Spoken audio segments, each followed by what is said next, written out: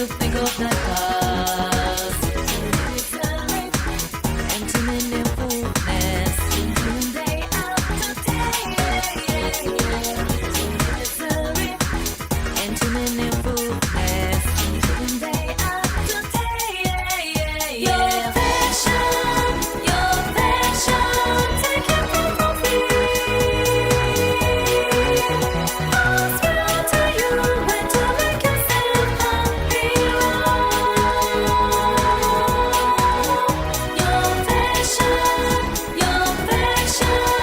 Your passion, I'll swear to you when to make yourself a hero.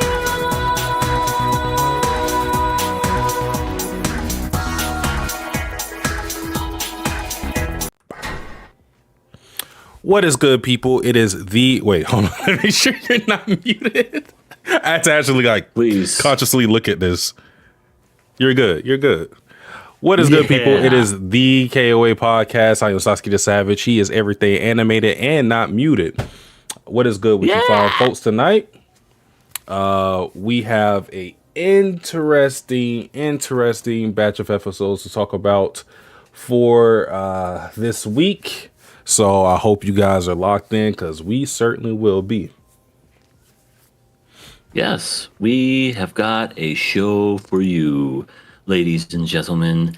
We are talking about all kinds of the seasonal anime of this month. We're also talking about Kaguya-Sama, our Nakama Club. So you get a double dip of the manga author of both Kaguya-Sama and Oshinoko.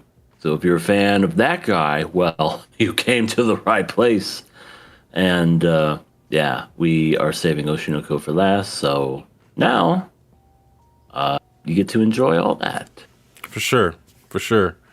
But before anything, we I won't even do away with the preamble, especially given what's the news actually is. So EA, take it away.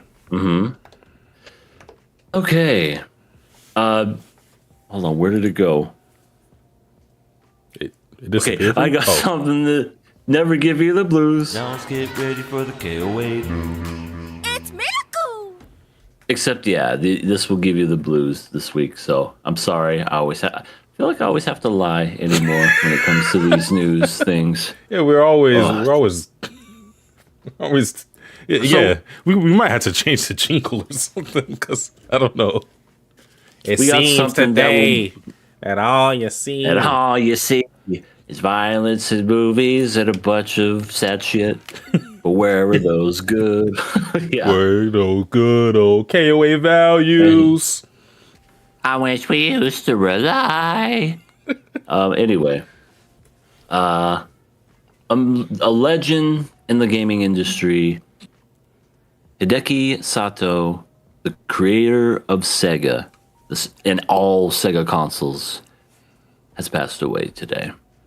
Unfortunately, he was the president for the longest time, and I think he was like 77 years old when he passed away. So, lived a good life, created amazing console. I mean, I don't know what your opinion is about the Sega, but I played the Dreamcast and like the Genesis before, Sega stopped being specifically a console and became specifically like a publisher, for games and whatnot. But those were pretty good consoles. And I feel like just because Nintendo maybe kind of like overwhelmed them a little bit, I don't know. Sega had the quality, it just never sold the numbers, especially when it got to the Dreamcast. That was its last leg, Yeah. But I love the Sega Dreamcast and the Genesis. They're good consoles, all of them. Yeah, I don't think I ever played anything Sega related. It was a little too far away from me, and because I think the first ever console, well, I won't say played, but the first ever console that I had in my home was the PlayStation 1. And it was like, from then on, I was just Sony and some Nintendo handhelds. I had the Wii. I feel like everybody had the Wii because that was definitely. But I had the Wii.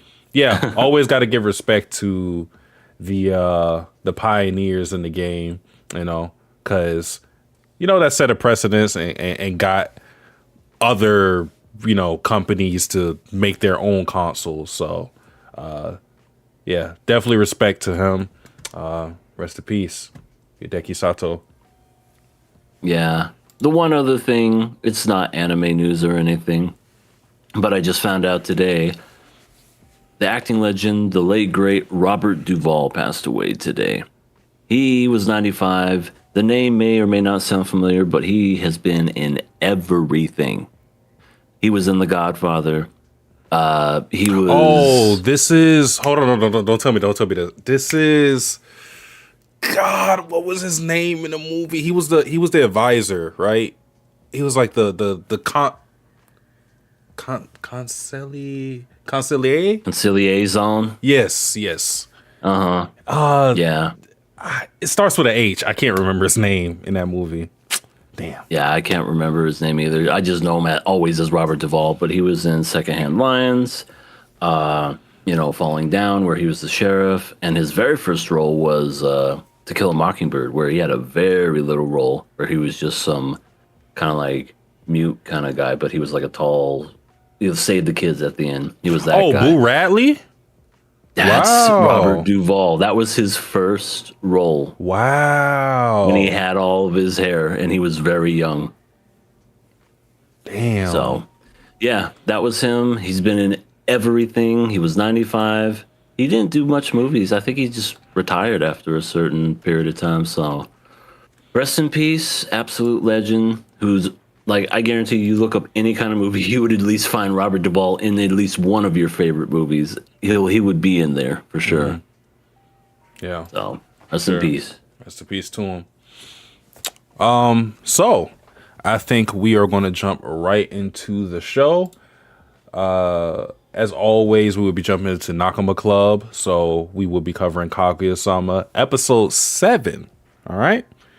So, EA, Yes, sir. are you erect? I laugh just as easy as she does. As of right now, no. No, I am not. All right. Sorry. But, man, Kaguya-Sama definitely...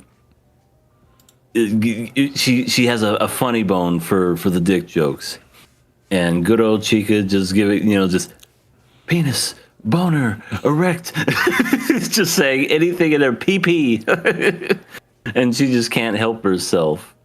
Just die laughing. That's one thing that I like about this show is that it has this weird continuity that just ends up working in tandem with the comedy. So like we already knew that Kaguya was underdeveloped when it came to anything like sexually oriented, because we got that last episode where she didn't know, she didn't know certain terms and whatnot, anything related to sex. She was like, she didn't know what the term like do it meant. She thought it was like a kiss. So we continue with that continuity, and then we have this episode where because she's so underdeveloped in that area, she's still like in this little boy phase of thinking all sexual innuendos are hilarious. This is peak comedy for her. So you mention dicks or allude to them in any shape, form, or fashion, she is busting her guts, laughing on the floor, literally rolling on the floor. Yeah. Like, Yeah, so funny.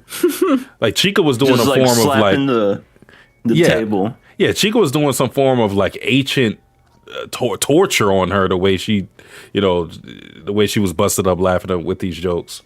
So I know. yeah, I found that really funny. But even before all of that, we go back into Shirogane having to give advice to none other than Tsubasa, who at this point he's been with his girlfriend for a month. And he wants to get advice on how to hold her hand, which this is the KOA podcast. We like to be family friendly on here. I don't know about you, EA, but back in my day when I was a kid, we didn't hold hands with girls. Not Kids after a these month. days. Nope. I swear, like already a month in, and he wants to go all the way to home base. It's like, come on, come on. I mean, you get to know the person. They just stand around and don't say anything. They barely know each other. Now he's wanting to move all the way to the final, skip a lot of steps, and then just go all the way to the end and say, "Let's hold hands." I blame porn Whoa. and hentai for warping these kids' minds. They just think they think that you move in that direction that quick. It's steps to this. We've already explained this, but it's no point. These kids got to learn for themselves. But luckily, you had Shirogane, step in there, and he was basically saying, "Hey, you kind of got to work, literally work towards something like that. Go ahead and get you the summer job. Send her on the boat, do this, do that, and then that's when you move in for the kill, so to speak." But then you I have love that. how everything was about a summer job. Yeah, he was really. He just needed help with whatever job he had. But then you have that whore Chica who's just like, just do it, and kind of sets him off to. You can tell she's she's been around the block before. She's held hands with many men. But she says she did it. She says she's never held Really? hands with a boy before. Yeah, which makes you think like this Kind whole of a hypocrite. yeah, this whole student council has like no romance experience, yet they're the ones that all these kids go to for romance advice. Y'all probably should just ask your closer friends or something at this point. Yeah, you should just instead of the student council president, ask Joe from that is all the way in the corner over there. Yeah, I mean, Joe probably knows some shit. Yeah. It's like, Joe, what do you look? Do this, do that. She'll be putty in your hands. Okay, Joe, He's let's just do this. some wise sage. But speaking of friends, I don't know if you caught this, EA. They brought kind of some attention to it. Did you notice the girl who was looking at? Yeah, Okay. So it was not really that subtle. They kind of made very much attention to where, you saw the couple holding hands, and then they just zoomed into the girl's face looking anime petrified just and Yeah. whatnot. So but here's the thing I though. saw that. They did that 2 other times, but they didn't put an emphasis on it the other times. So whenever they were doing a volunteer Really? work, she was there. If you go back to that scene, you can see her all the way in the background, peeking the same way. I think I remember that. You're And- right. They didn't focus on her face. Yeah. And if you remember when he asked her out for the first time, she was one of the girls in the background kind of looking like sad or surprised. I don't really even remember what I do her remember expression that. was. Yeah. So like they haven't named this character. She is named though. I did put her name in the notes. Not really that much of a spoiler, but yeah, she seems to have a thing for old Tsubasa and is feeling a little cucked. A little cucked. I have a feeling we're gonna see this woman later on, and she's going to be an intricate plot to this relationship. I've noticed that we focused on this relationship with these two people a lot this season, and I wonder, because honestly, I didn't think this was going to be something that was going to be kept that long in this particular series, but so far, we helped them both to get together. We helped them kind of like establish that they liked each other. Now we're helping them hold hands. I almost feel like this couple is almost kind of like a gateway to what Shirogane and Kaguya are trying to get at. You know what I mean? Like essentially they're trying to they want to express it, but again, because they're both so stubborn and they don't want to tell each other how much they like each other, they're kind of like using these people as a vessel. That's Yeah. kind of the way I look at it. Yeah. I think that's a great way to look at it. It's like they are, so to speak, the prototype for their potential relationship. because they're giving advice to them. Meanwhile, they have someone that they are not infatuated with, not just like. They love each other, but they don't want to express it because of pride and family and blah blah blah blah blah blah. But it's kind of like they're helping this other couple get together, and they're seeing the fruits of their labor whenever they just decide to go for things. So it's kind of one of those weird things to where they've influenced them to go far in their relationship, but maybe down the line, the same people they influence will influence them back. Yeah. Yeah. I just thought that was very interesting. Now we're going to get this third person. There's going to be some weird kind of love triangle, it sounds like. Maybe this woman goes to the president or the vice president for advice. Who knows? I almost feel like it's going to be a running gag at this point. But, yeah. Yeah, we'll see what happens there. Ishigami is Idiot a Gami. very interesting character. Like I've said last episode where I was like, oh, I sympathize with this guy. Oh, he reminds me. I don't think I was ever this stupid in high school. You know what I mean? It's the fact that he's shit talking. Not only are you shit talking these two girls, but you're shit talking to the guy that likes her, and you know that. So like even if Kaguya wasn't there, why do you think, what would make you think that Shirogane would be interested in you calling the girl he likes her boob small? Why would he want to hear a conversation like that? Right. Also, that's not how archery works. And also, I myself have done archery. It's very much about like the power of your arms and everything, not so much the boobs being in the way. And also, they're all friends, so you even just on that basis, you would think that he wouldn't be like Shirogane wouldn't be cool with him just shit talking to her like that.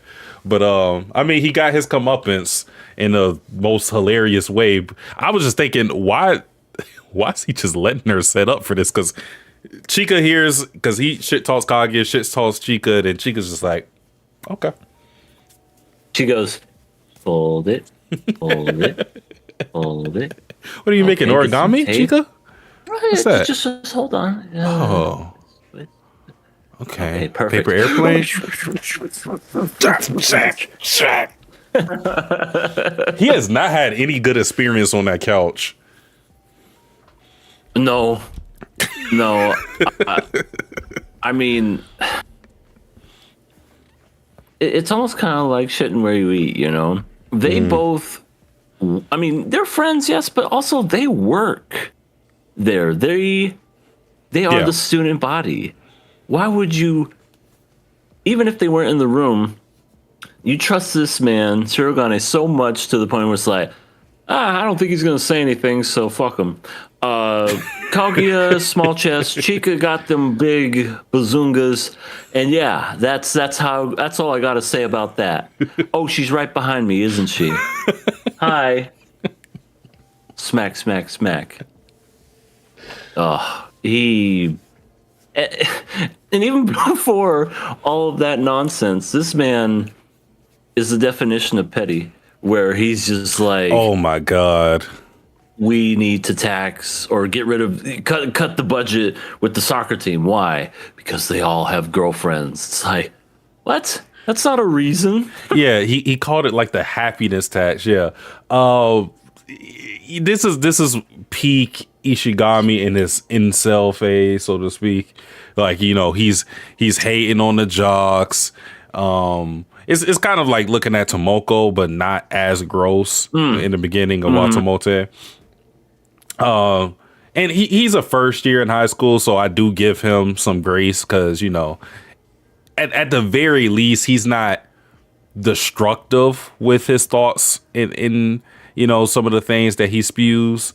And he does get his comeuppance, so at the very least, you would think that he's going to learn at some point that this ain't really how you should think about things. And, you know, maybe if he finds a girl himself, he wouldn't think that way. Because a lot of times with these guys who are like real adamant about not liking girls or not liking people who are in relationships.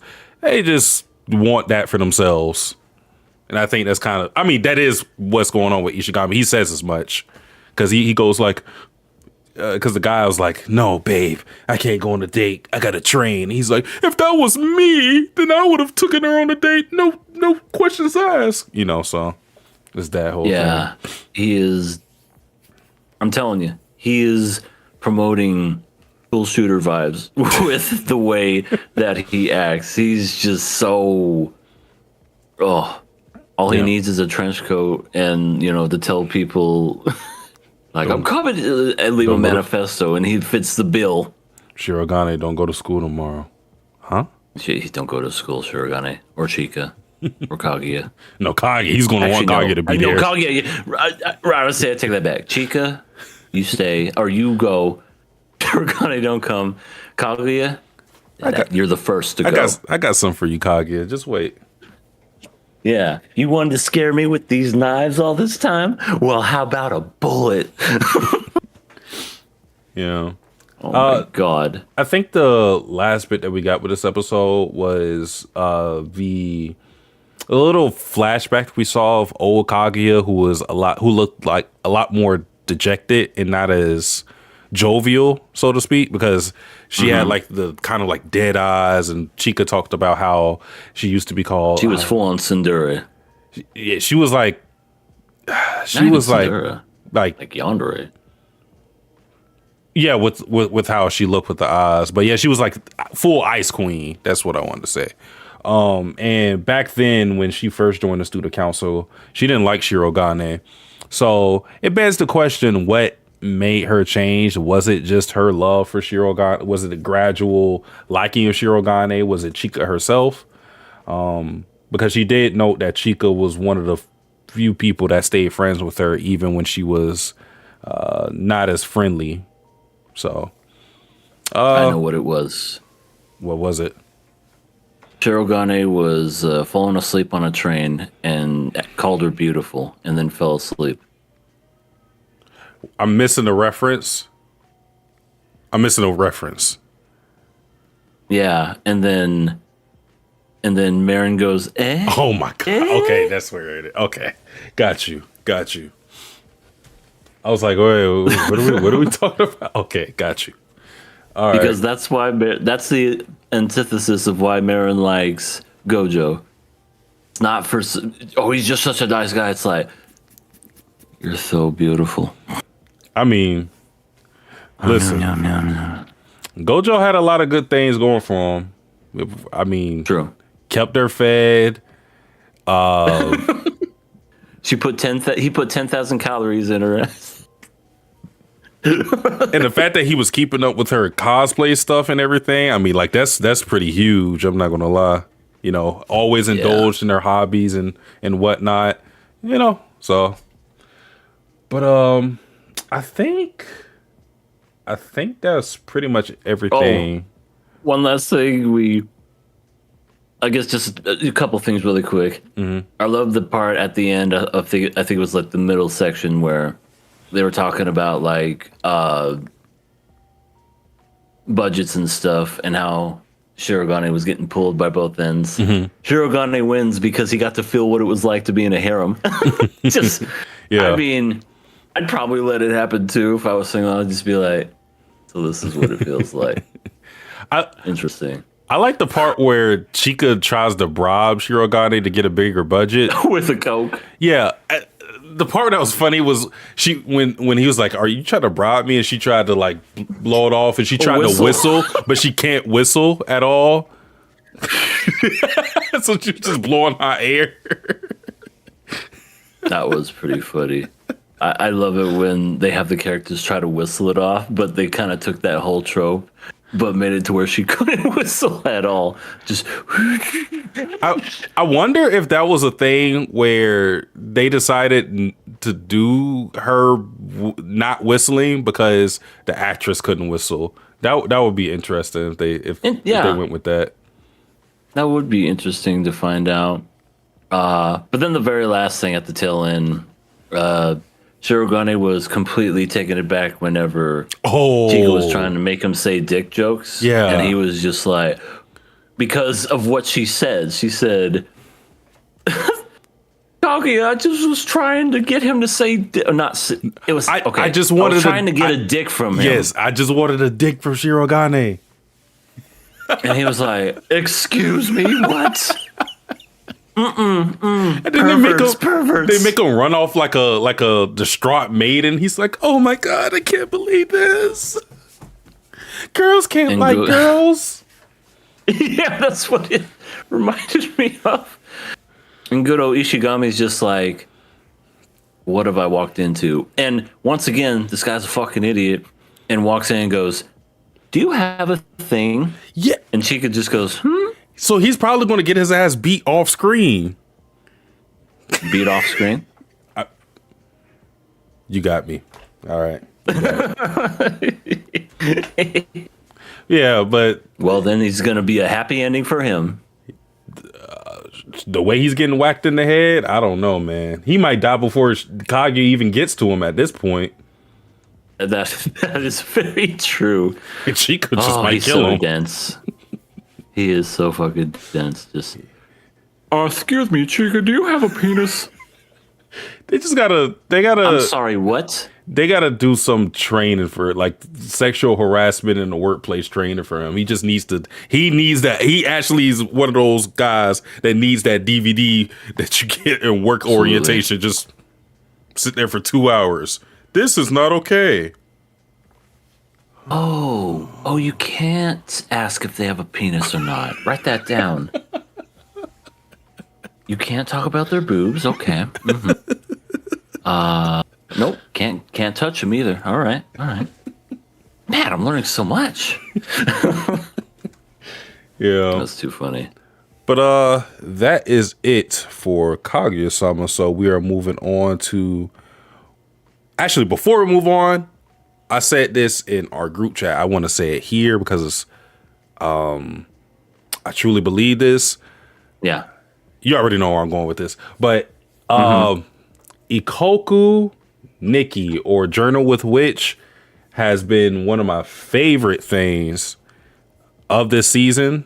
Honestly, I don't think it's really close as far as other things that I enjoy. I think this anime has been like above and beyond, especially with the last 2 episodes. That's what really made me have this opinion. I think it has a slow startup. The first 3 episodes might not wow you. I do think there is something there though, but yeah, this anime is a lot more than I thought it would be. It's hard to explain what makes it great unless you watch it yourself, but I just think the execution of its themes, where it's an anime about not only finding yourself, but learning just to accept who you are as a person, and also just realizing there's different layers to people that you may not have any like indication on until you talk to other people about them. It's a really great anime. I wish that was something that we covered for KOA. It's like 7 episodes in now, so I don't really see any point in like trying to pick it up or anything. But I would advise people, if you're looking for something to watch, if you're still hungry for something this season, watch Journal with Witch. It is a great show, and I think it's going to end up being like one of my favorites this year. Well, I guess I'll have to give it a watch. I definitely will. I know you were talking about it before, but now it sounds like it's gotten even better. So Yeah. I will give you my honest thoughts about it when I watch it. Please do. Now, moving on to our first show of the winter 2026 season, we are covering Trigun, Stargaze, episode 6. EA, Killer Pass. Oh yeah, it is a killer pass. Do we have any thoughts, opinions concerning this episode? I wouldn't say negative thoughts or anything, but I definitely think that when it comes to the whole oh, I'm Vash, I got a plan. His plan kind of went haywire almost immediately. I don't know what he was thinking, but I was literally just like, maybe you could have planned it out better. Where was Millie? Where was Meryl? Hell, where the fuck was, Wolfwood throughout all this? I feel like they didn't really have a plan. Like Vash was just like, I got this, guys. Just fall back and I'll take care of this. And his plan was to kind of intimidate a psycho who wasn't afraid to die and then got captured almost immediately. And So my problem with that is they knew his power. Like Wolfwood explicitly told him what he could do, and Wolfwood was like, before the episode start or before we even got to that point, Wolfwood was contemplating just straight up killing Vash because he's figuring if they're going to use you to awake Nas, it might be better just to kill you so that threat would never exist. And he obviously doesn't do it because he considers Vash a friend, and Meryl and Millie tease him about, him not being as edgy and dark as he presents himself to be and whatnot. But yeah, that's when he explains Legato's power and everything, and it doesn't seem like that has any impact on what actually happens in this episode. In fact, I mean, we didn't get a real fight between anybody. Even the whole thing with like Wolfwood and Great Anon Lives, that's the big robot, that's his name. yeah, That wasn't even really much of a fight either, because it was kind of like, all right, Wolfwood hits him with all this. He has that rubble fall on him. Then he gets up from it, punches the shit out of Wolfwood, and then just leaves. That's it. That's the fight. it was kind of a lame fight. I thought the same thing. I almost thought it was going to be over too quick because he shoots him in the back of the head. Wolfwood does, and then he like lands a freaking like door on him, and then I was like, oh, that was it. That was lame. But then he got up. But I agree. Then he punched him, and then that was it. So I was like, oh, so we just did one extra thing in the fight. That's wow. That's a huge difference from what we had even last episode, like 2 episodes ago, 1 episode ago. Those were great fights. This one was just, this was really, if I'm being completely honest, when it comes to a quality episode, this is kind of not a good one. This was the worst episode, I think, not just for this season. I think in general, I can't think of a worse episode because I think the biggest crime with this episode was how Legato was utilized. We've already expressed not really feeling this new Legato because he's much more bombastic, and the Legato that we got in the original anime was very stoic, to the point where he was robotic. And this Legato, while he's more full of life, I think that difference makes him less intimidating to me, I feel. Yeah. Because this Legato seems kind of stupid. Like the other Legato, dude. The other Legato felt like he was in control of every situation. It felt like anything he willed happened. And I mean, that is pretty much what happened with Legato. This Legato feels like I'm going to look crazy for being crazy's sake. And yeah, he feels like a Joker ripoff or some shit. I don't know how to put it. Because we have the scene, and this happened in an original anime where he uses his power to make the plant side of Vash activate, the same weapon that destroyed July. It happens in both anime. But in this one, he does it to the point where he's basically going to get... He's going to end up killing Vash and disrupt their whole plan. And it's like, wait, what? So What's all the devotion to Nas if you're gonna derail it because you got horny because you saw his arm turn into a wing? I don't know. I definitely agree. I think they definitely downgraded Legato, which is a shame because he was probably one of the best things when it came to the original anime. So much to the point where he was the more standout villain than Knives was. Where he was, in my opinion, he's the villain of Trigun. Whenever you think of Trigun, you just Legato. He's the ultimate baddie. Even though Knives, his name is on it, it doesn't hold up to what Legato was. Yeah.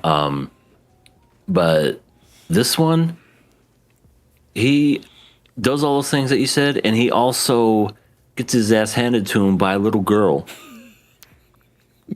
And the little girl told him, "Remember, you're my puppet. I own you." And I was like, whoa, that is a huge polar opposite just to what Legato was to what he is now. He's a puppet. You never felt that way in the original. He was always, as you put it, a man that always was in control of his own doing. Yeah. So I agree that this Legato stinks. Yeah, it's a shame. I feel what happened with Legato is they kind of spread his personality or like his role across the other Gunko guns. So in this anime, the Gunko guns are a lot more relevant. They do more, and it seems like they have a better interactions with Vash or anybody from Vash's camp. But I think the sacrifice is when you delegate roles and responsibilities and whatnot to all these different characters. Legato kind of suffers from it because Legato was a central guy. He's the guy that we remember wholly, and I think part of the reason why is because he was the only like real competent one of the Gunko guns. Like we may remember like one or two of them besides Legato, but we can't really remember what they actually did in the story. Whereas here it's like Legato is one of the key guys, but so is the little girl, Alindria Of Crimson Nail. Yeah. Like she's also one of the guys, and then we have that doctor guy. So it's just like the responsibility is divvied up to multiple people. That doesn't explain why his personality is the way it is. I don't know if that was how Legato acts in a manga. I don't know if that was a creative decision to make him stand out more.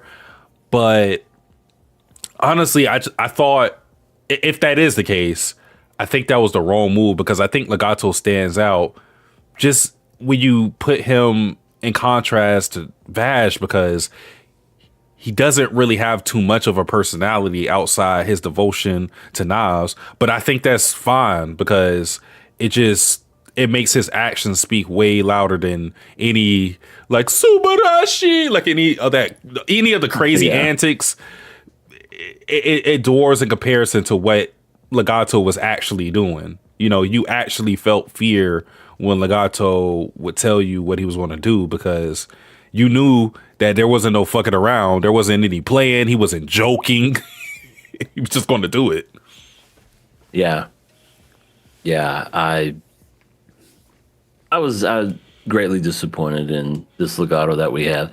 And like I said, just the whole Vash coming in and saying, well, not saying anything. He didn't do anything. He tried to do something and it failed in like 0.2 seconds. Just I have a plan. Work.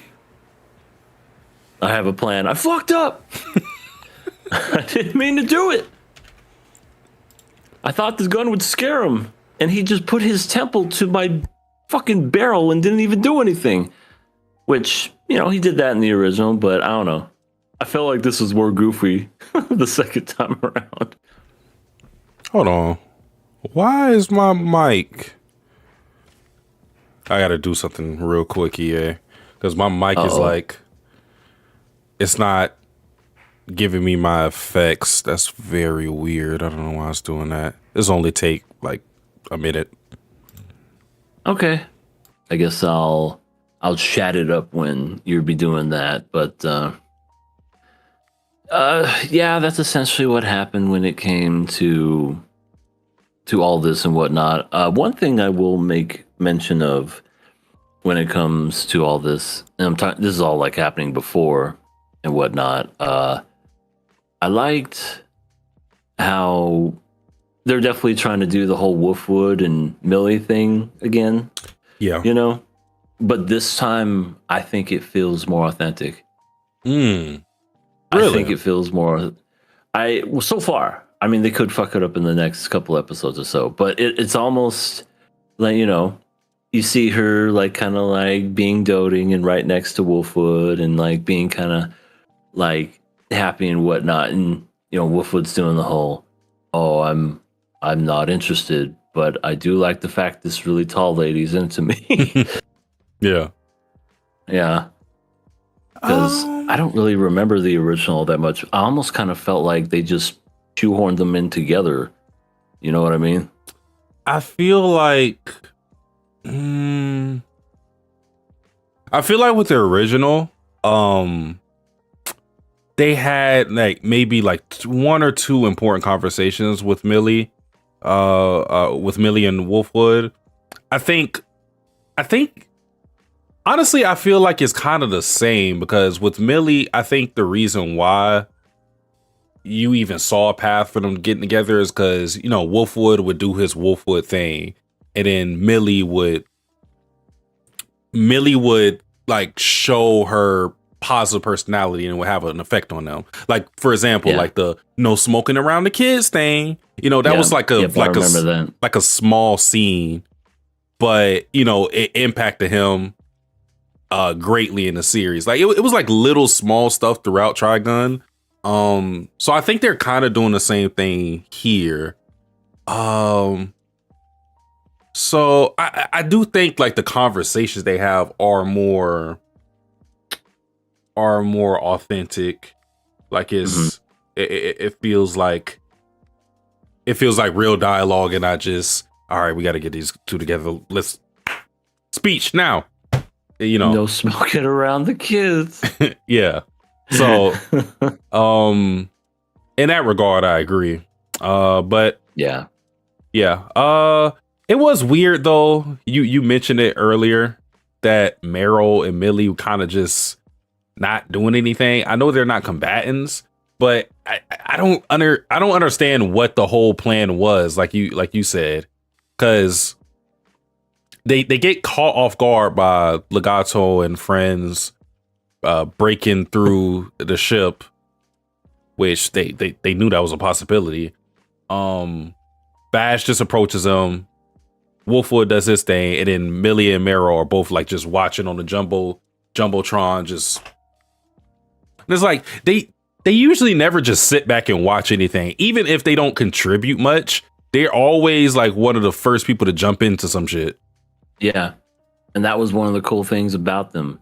Millie has a big ass fucking minigun, and Meryl always had the Derringers and the little guns and everything everywhere. I know it's very different from this version of Meryl, but Millie, as I know, still has her fucking minigun. She could at least still do something. Yeah. They nerfed Millie. They really did, which is a shame because she was definitely a lot of she was a huge fan favorite. Yeah, I would say so.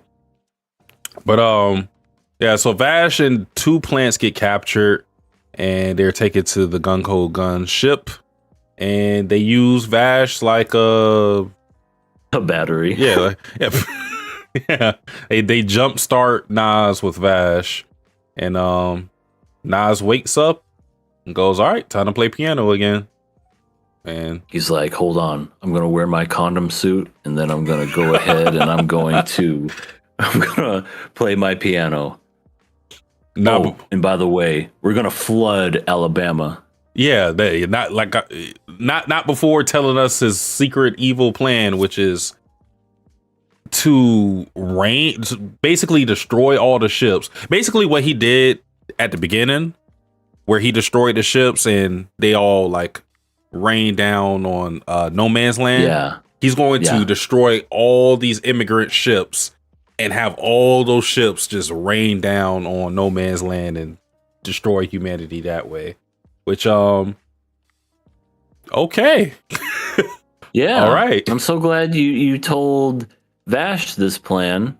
There was no need for you to divulge it, but at the same time, Knives is Knives. He can't help himself. That's his Oni-chan. Gotta Yeah.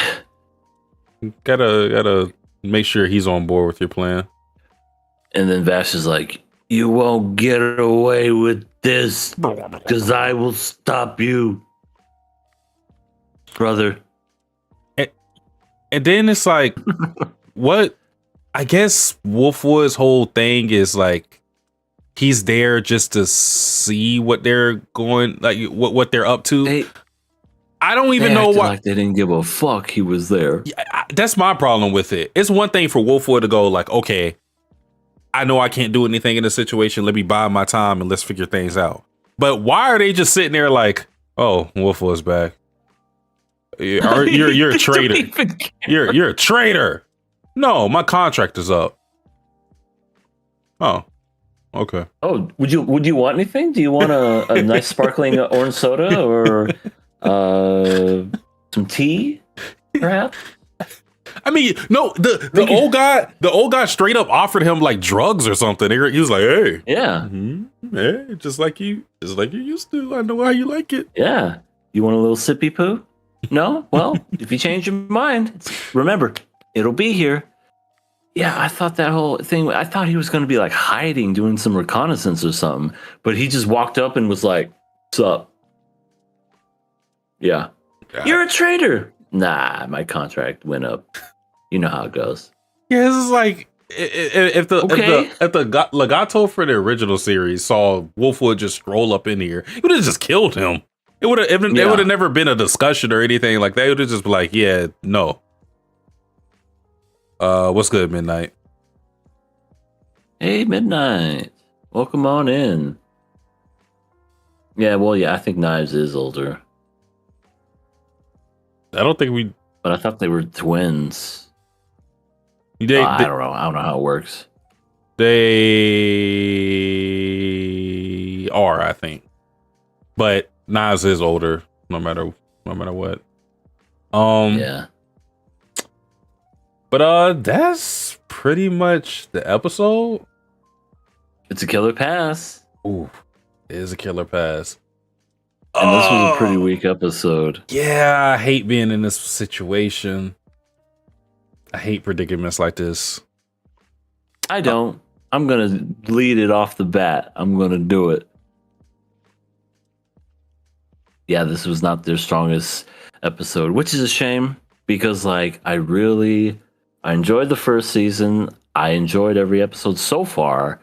This particular episode, though, I wouldn't say it was like a make or break episode, but it was definitely a low light. And I feel like this episode was, the way that it was written, it almost feels like they could have easily done something very different, which led us to where we are now. You want Vash captured? Okay, let's make it to where he doesn't look stupid. Let's do they catch him by surprise and maybe he's still getting his arm fixed or something and then they capture him like that. I would have been fine with that at least, but no, we gotta, it just didn't feel right and felt weird. Yeah. And now here we go with, Knives and his ultimate arc vengeance or whatever. So, yeah.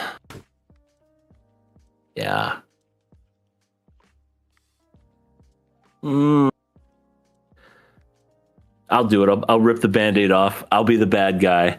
I'm killing it. Damn. Ruthless. So it's up to me, huh? Do the right thing. Do the right thing. Hey. It's a Spike Lee movie. That is. Where's your trash can that you're gonna throw at somebody's window?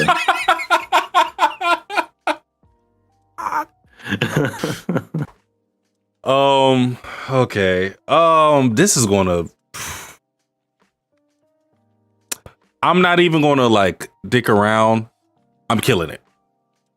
But let me explain myself. Cause especially with me passing Ocean no Code, this is gonna sound very weird after just one episode that was bad. I think the pacing for Trigun has shown itself to be bad ever since like episode 4 or something like that. Yeah, I think episode 4 is where it started to seem bad and it's been getting worse and worse. I feel like they're trying to gear towards Stargaze being the end of the series. And if that's the case, if we have I think this is like 11 episodes or something like that. If we only have like 5 episodes of this series, it's not going to end good. I can't see it. Let me see. It's going to be 12 episodes.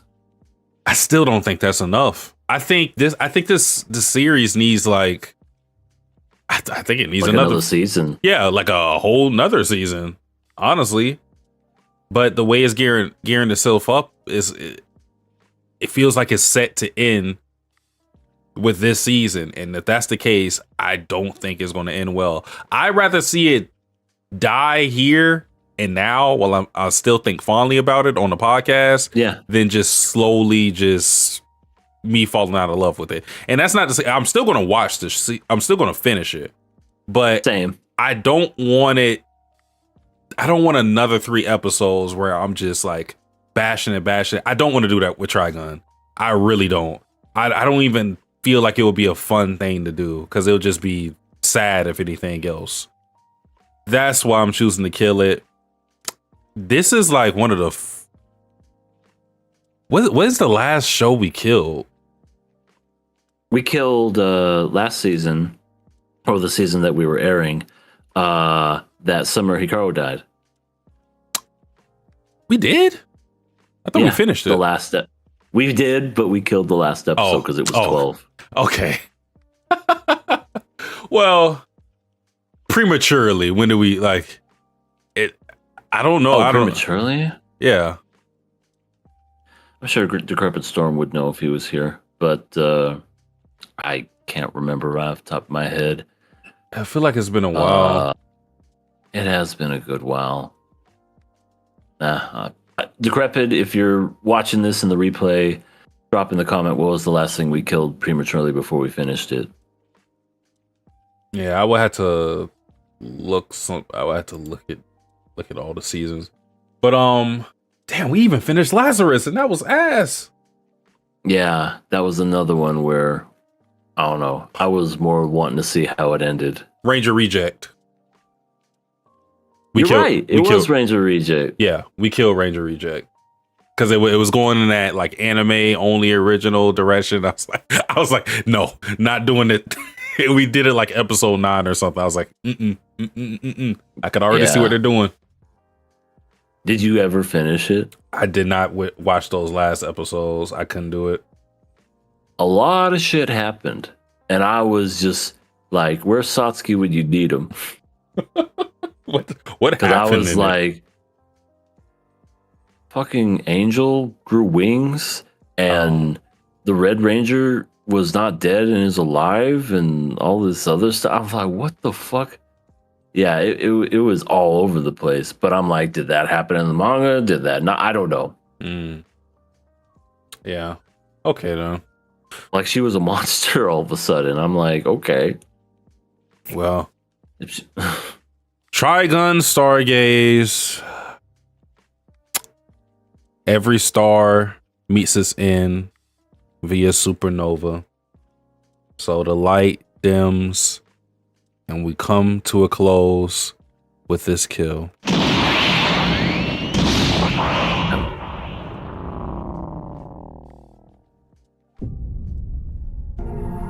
You have been killed.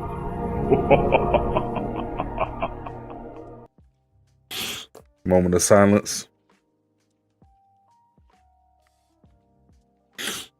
All right. It was a joke. Oh, not this time. Oh, sorry, Marin. I mean, not Marin. Mary. It's not gonna happen. Yeah. Unfortunate, but I do think it's hitting its decline, and I feel like it's going to keep going down and down and down. Hopefully, I'm wrong because I'm still going to watch it. Hopefully, it picks it back up, but we won't talk about it on the podcast, so that's that. Bye. Moving on to the next show of the night, we are talking Frieren, season 2, episode 5. Interesting episode.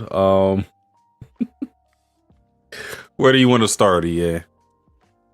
We could start at the first half, where we get a drunken dwarf that wants some of the best booze that he's ever heard of.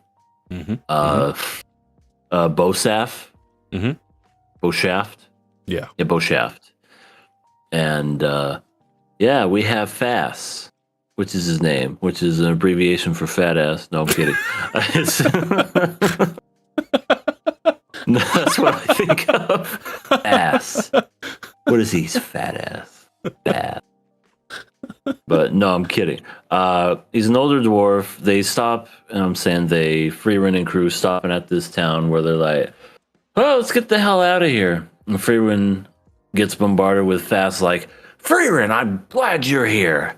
Look, could you help me with something? I am an alcoholic, and I want to basically go into this locked, sealed up, hidden tomb, and I'll pay you good money for it. I'll pay you, what did he say? 20, like it's like super expensive gold coins, like the Trinity coins or something. Yeah, I think it was like 30 of the gold coins. I may be mistaken. But yeah, and Frieren was like, nah, I'm good. And I love how Fern and Stark were like, that money will keep us living for days, or weeks, years. Give us the gold. Yeah. And Boshaft is this, like, it's a legend surrounded it because it is the liquor that was offered to the first emperor. So like everybody thinks of it as like this, like, coveted. It's damn near like the One Piece or something. You know, nobody really knows what it is, but they're all like, oh, it's got to be great because they wanted it way back when. So yeah, Fass has been searching for this thing for 200 years, and Frieren rejected him back when she had her old hero party, and she tried to reject him again. But like you said, Fern and Stark were not passing out that money. No way in hell. So they decide to wait the 3 months to help him break the barrier. 3 months. Yep. Sheesh. Yep. 3 months to break the barrier so he can get into the, I don't know what it was, like a underground cellar to get the liquor. And before we even crack that, Frieren, because he has this like iron or stone slab that like decrees Boshaft is the shit. It's like Little Nicky and Popeyes. It's like this right here, this shit right here. Yeah, this will change your whole life.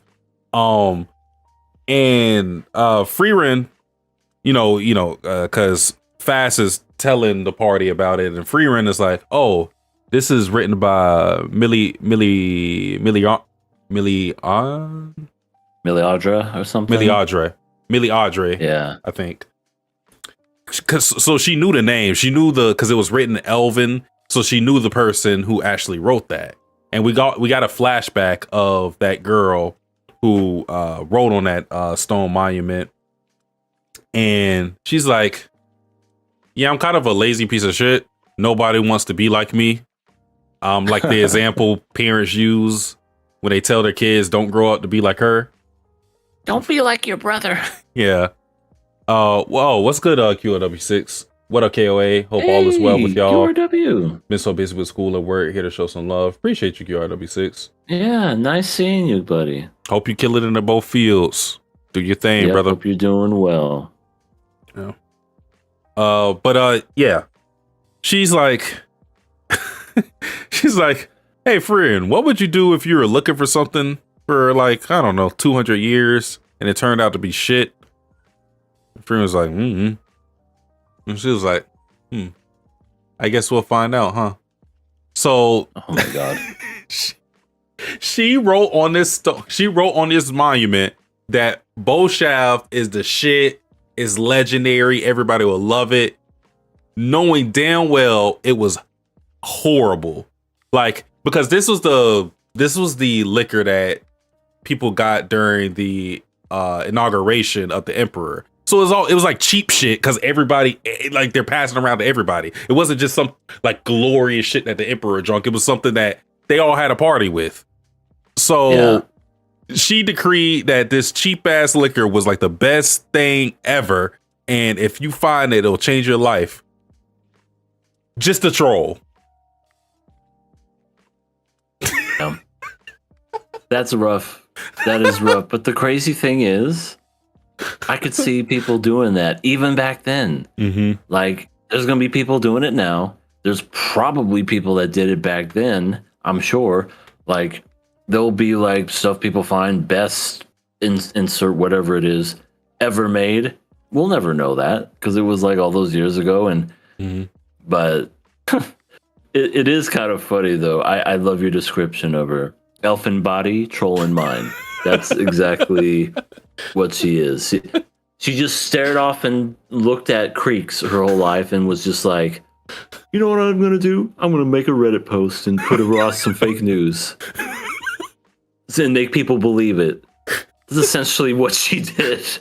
But in this case, it was alcohol that was really, really bad. And in your opinion, Sasuke, what would you consider like the worst when it comes to like alcohol?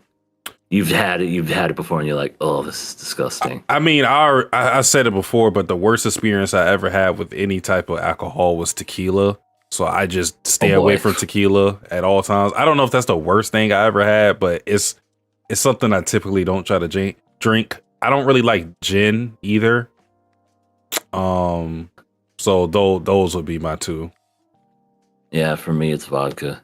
Like really cheap, disgusting vodka. Vodka that has like a flavor to it. Like, thing that made me feel sick to my stomach was grape vodka. And it was disgusting. See, whenever I used to, it's been a minute since I drank vodka, but when I was drinking it, it was just clear, not really any taste. It just tasted like any other alcohol. Smooth, so it didn't feel like a chore to drink it. So my vodka experience was always pretty good. But yeah, that one day with tequila, when in Rome. I'm also not a beer drinker either. Hold on. Yeah, beer's never been good for me. I'm getting a call. Okay.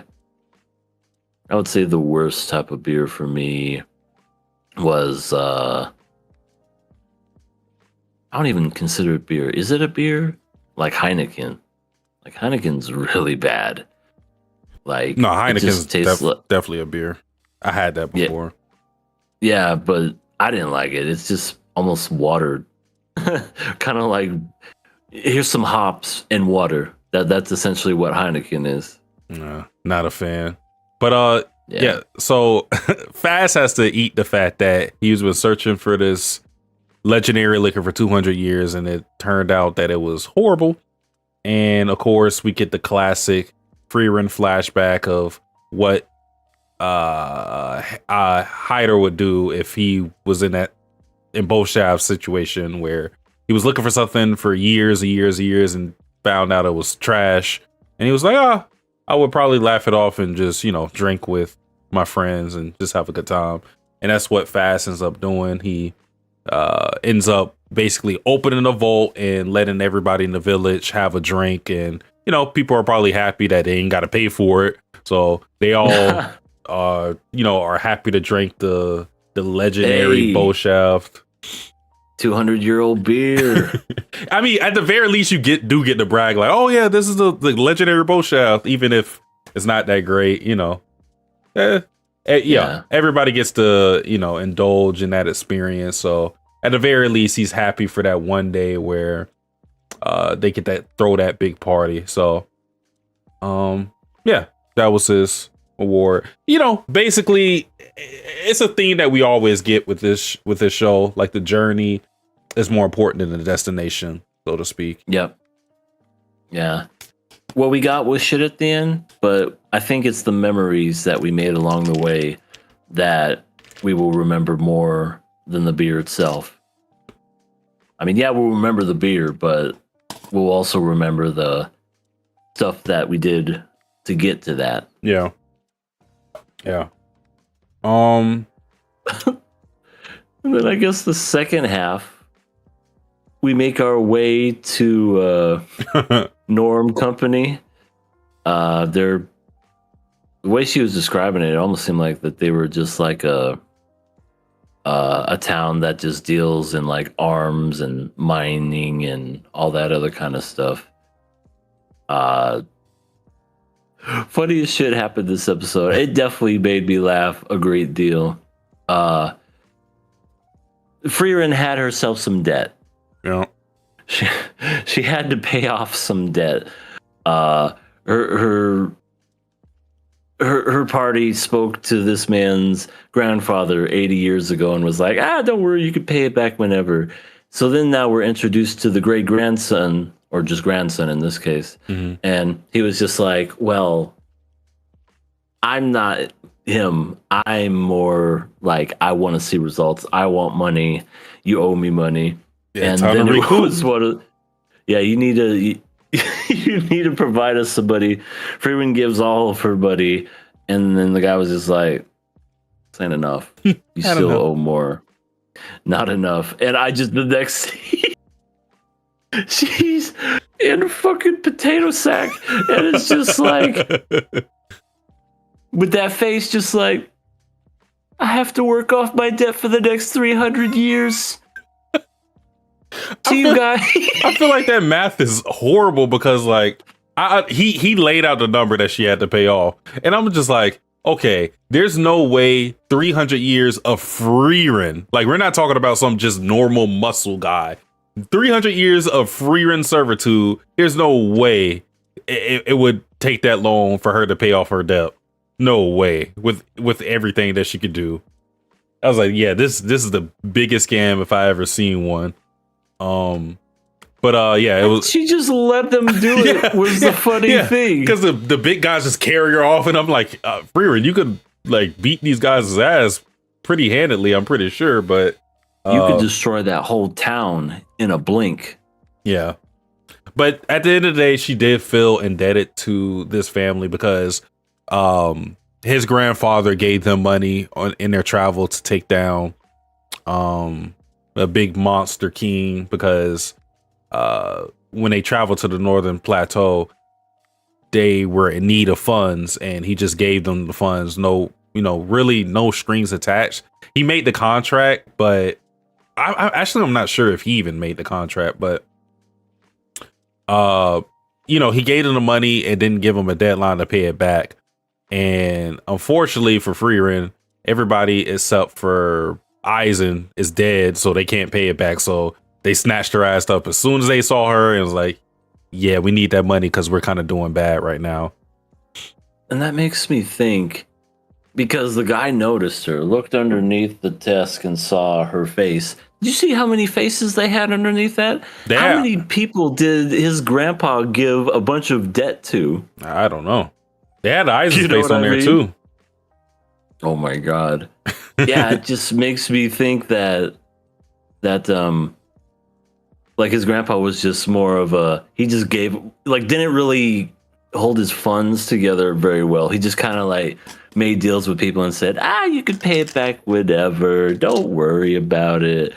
I'll be here. And then all of a sudden it just puts the whole town in debt. It's like, you can't do that. You have to make contracts. You have to collect your debt. Maybe that's the case.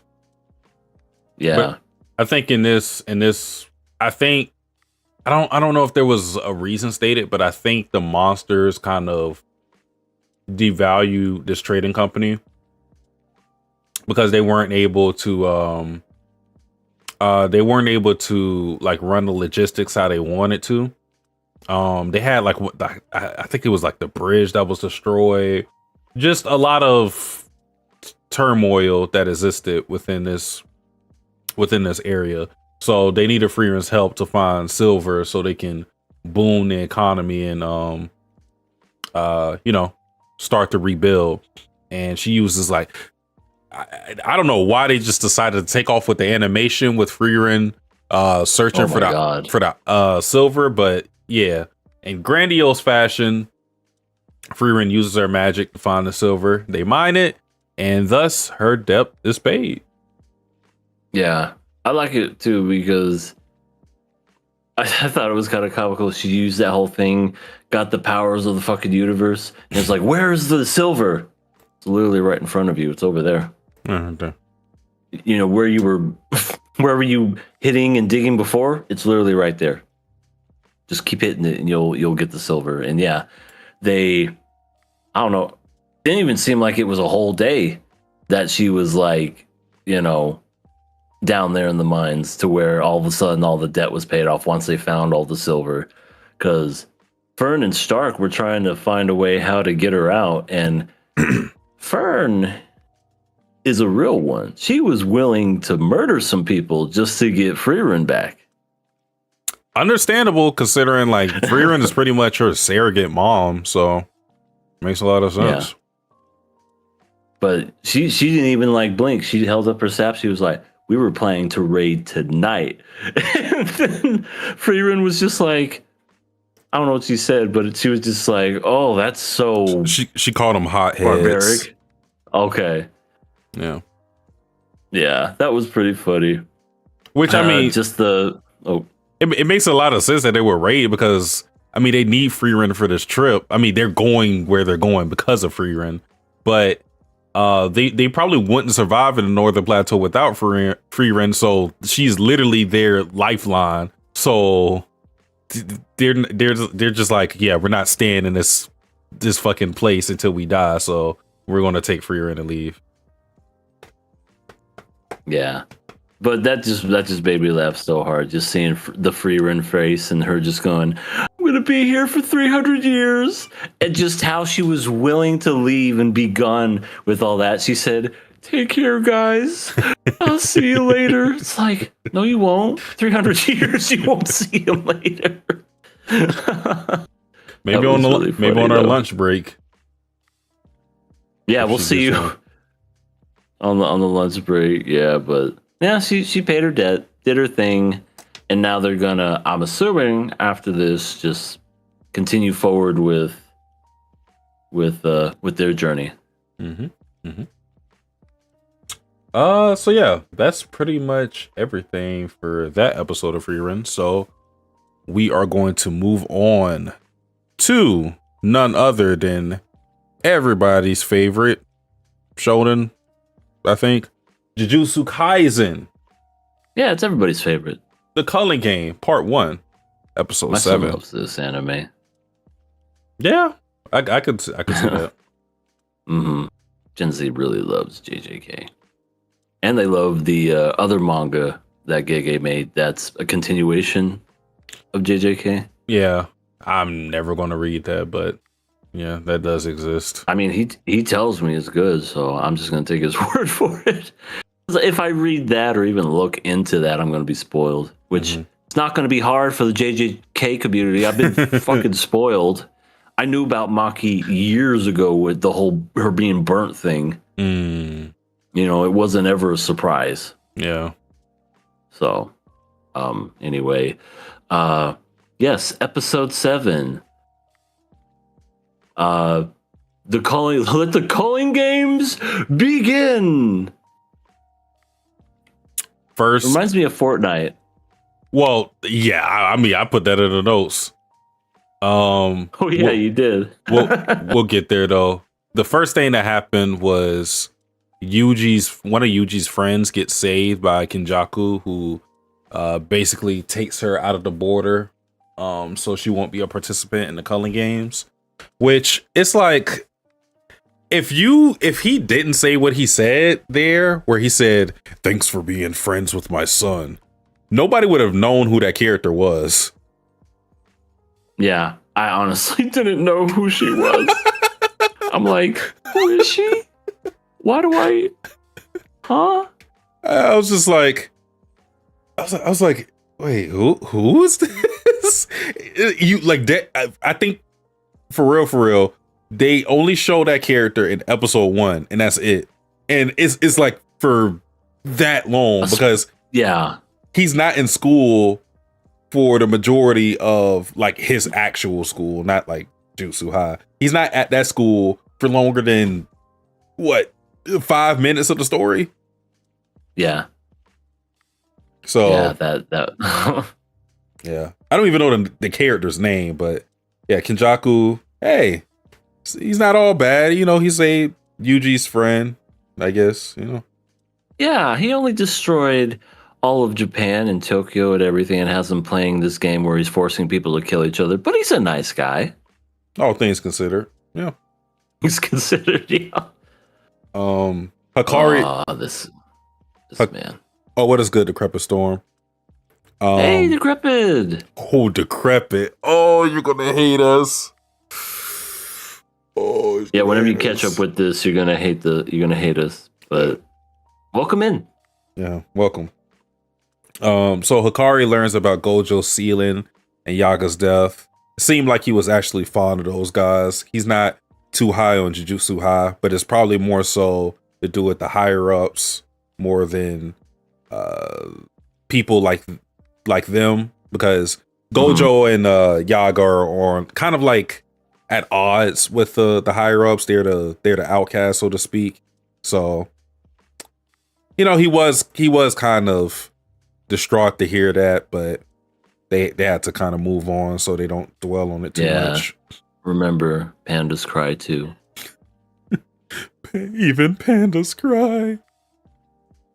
This is what it sounds like when pandas cry. Yeah. What they sound like. You should have played that one soundtrack with the scream. Oh, I don't have that anymore. Damn it. But I know this is what sounds. Let me see. What could I get that's okay? Sound when pandas cry. That's about it. I mean, shit, it might be accurate. I thought the funny scene with Hikari though was when he found out that Megami was the head of the Zenin clan, and then he changes his whole personality. He goes from, "Hey, sea urchin, suck my dick." Oh, by the way, I'm the head of the Zenin. Oh, Mister, oh, do you need your shoe shined? Just changed personality. As soon as he heard the prospect of money, he just completely changed. I thought that was funny as hell. Yeah, I was just like, ooh, I did notice that when he found out the Zenin clan, it said Maki killed all of the Zenin clan the next day.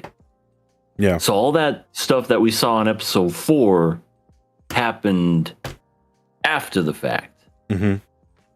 Wow. So this is we're in like the prequel. Interesting way to do it, I guess.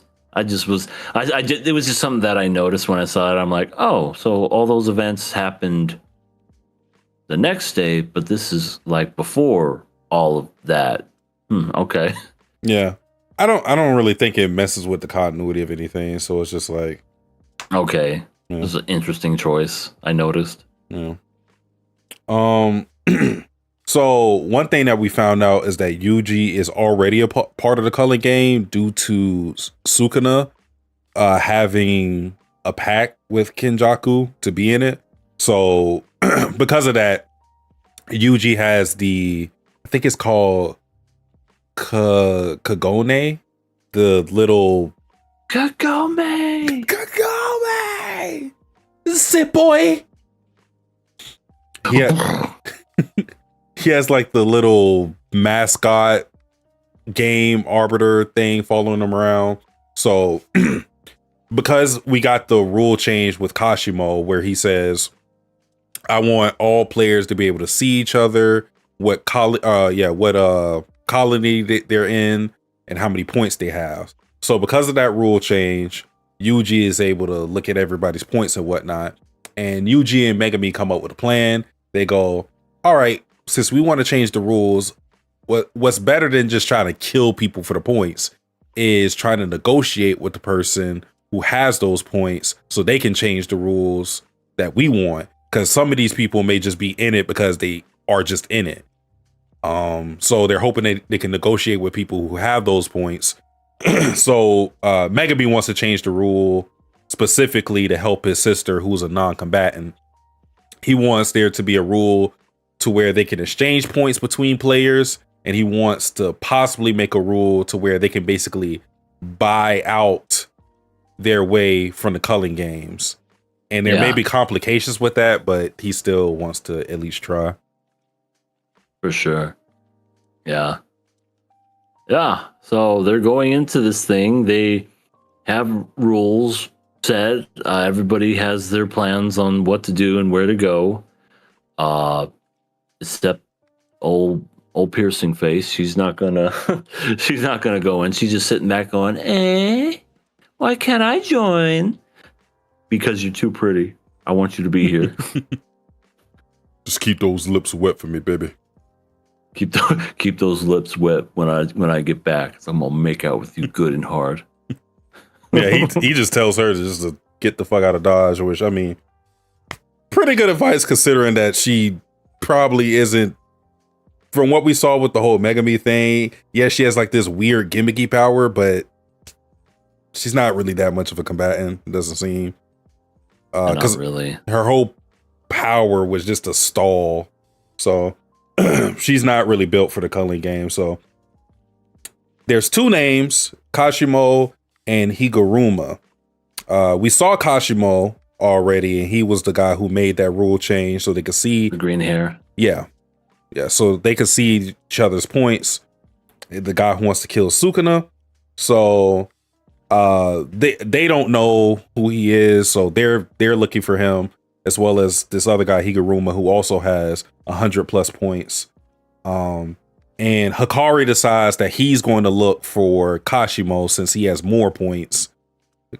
You know, considering he has more points, he figures the stronger person should go after the other strong person. So Yuji and Megami decide they're going to go after Higuruma and also try to look for Angel. And to find Higuruma, of course, they can see what colony they belong to. So they enter the colony, and yeah, it turns into a Fortnite battle royale. You just hear the battle bus. And then he gets spawn count by airplane couple. Like he fucks around and goes to Twisted Towers and gets lit up. Oh no. Oh, Tilted Towers. Tilted Towers, yes. My bad. It's okay. I can tell you don't play it. But once he goes to Twisted Tilted Towers, it was a lady with an airplane face. Yuji takes her out like almost instantly.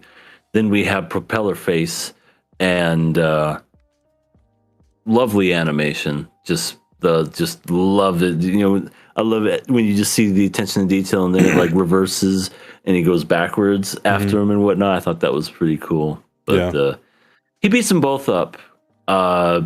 He incapacitates the one dude by punching the helicopter blades, and this guy's so useless. You can just tell he's like, "Ha ha! Broke your hands. You're dead," and gets kicked in the nuts. I was just confused about why he thought the fight was over, even if that was the case. Right? His hand is broken. I'm like, he has another arm. he had to he took off his head or something. I know, right? Like, and not only that, like if he cut off his arm or hand, I'd be like, maybe be more inclined to say that. But even then, it's like, ha, your hand's broken. I love it. Yuji was like, my hand's not broken. Also, I just kicked you in the nuts. Yeah. So Yeah. he gets these gag spawn camping characters out of there. So and then we get this other guy that approaches Yuji, who's like a middle school, not really a friend, but somebody who knew him in middle school because Yuji was kind of popular. And he claims to have information on Higuruma. At the same time, we have Megami who landed, and we meet the worst girl, in my humble opinion, Remy. King of misogyny. What? Because Megumin beat her up. Oh, he's the new king of misogyny. Yeah. Oh. I mean, I guess so.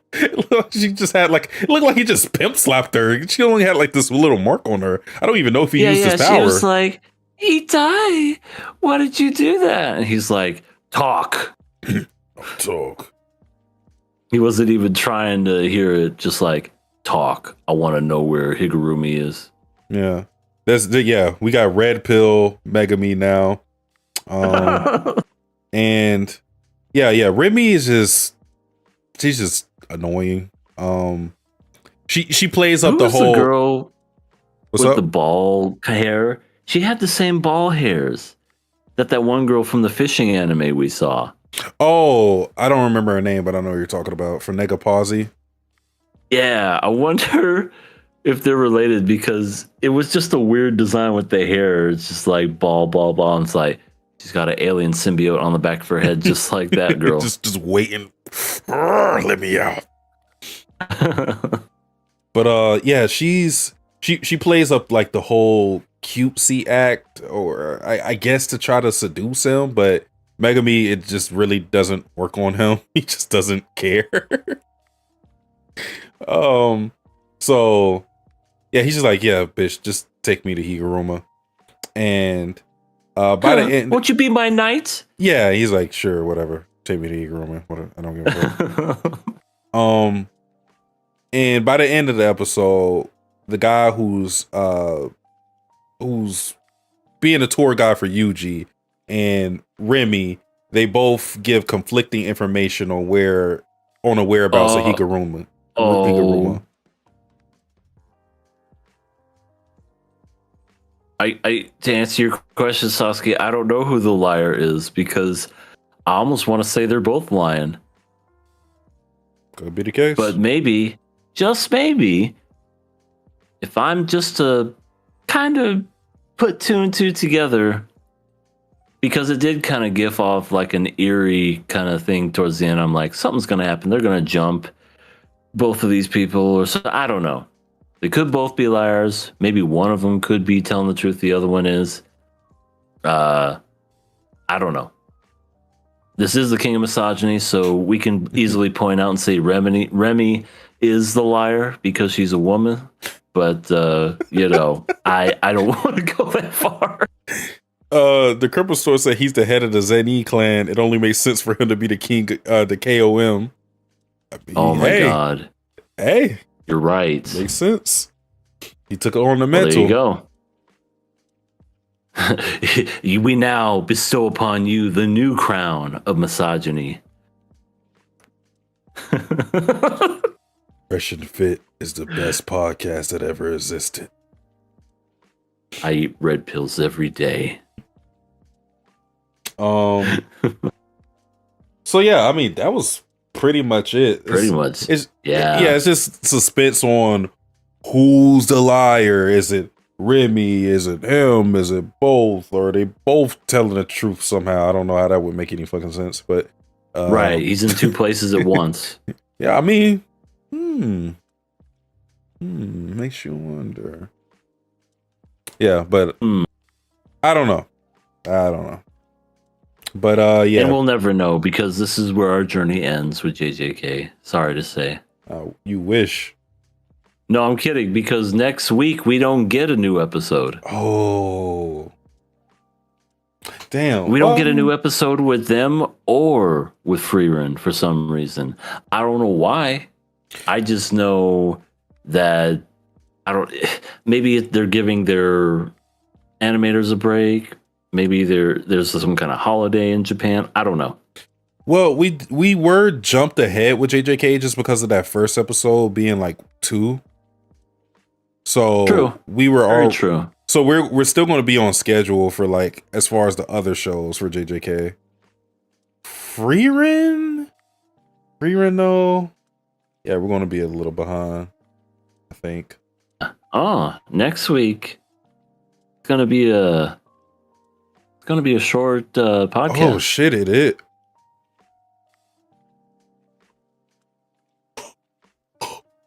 Not to spoil anything, but we might only have one anime.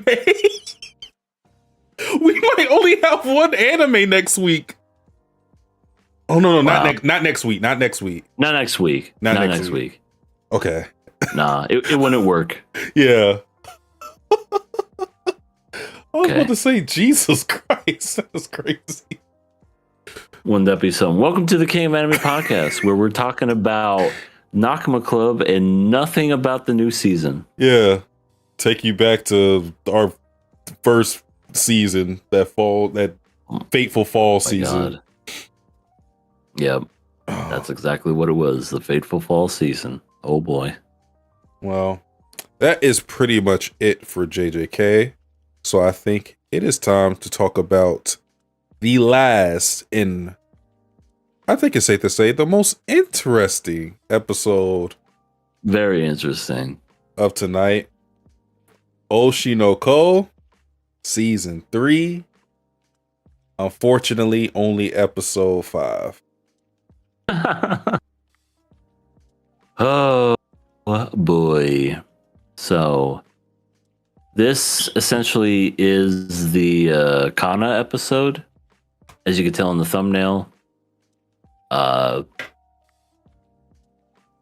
Kana is definitely going through it when it comes to this episode. Also, Gojo, nice to see you. No, Glad you could make it. I'm not anybody right now. I want to be incognito because Okay. it was some idiot that was sitting in this same seat that decided to pass this when we had a chance to kill it, and he doesn't want to be seen. Okay. That is true. 2 episodes ago, this thing was on the chopping block. Let's see. The last episode, we learned about unspeakable things when it came to just cheating wives and underage sex. Now, this episode confirmed that who's the guy? Himikawa? Hikari. No. Hikaru. Sorry. Hikaru. Yeah. Oh my gosh.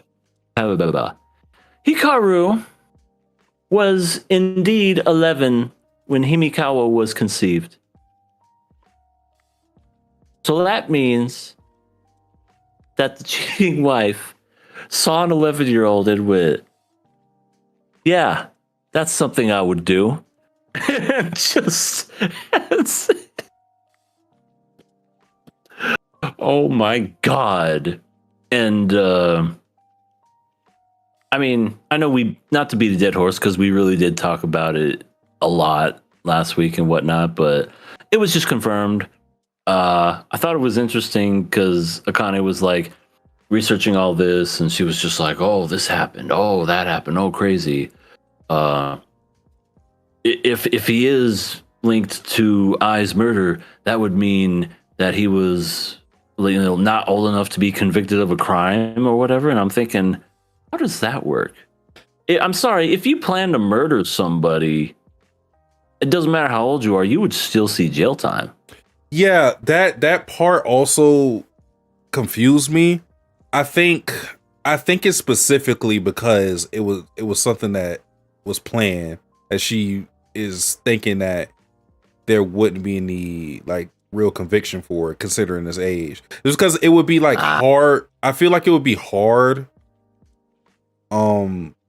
for, unless there was like a trail or something, it'll be hard for them, for like any police to prove that. What was he at the time? Like 15? A 15-year-old kid manipulated some grown man to kill I.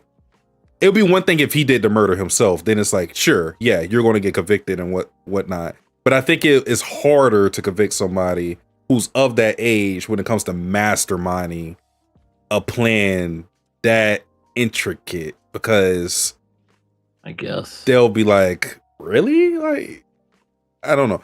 I do disagree with her ultimate point that he would not see any jail time. That's what I disagree with, because if there was same. I mean, yeah, because there's like conspiracy, but again, that's stuff that you have to prove. But if the evidence was there, I don't see why he wouldn't face any punishment. Correct. I just think it would be harder. Same way.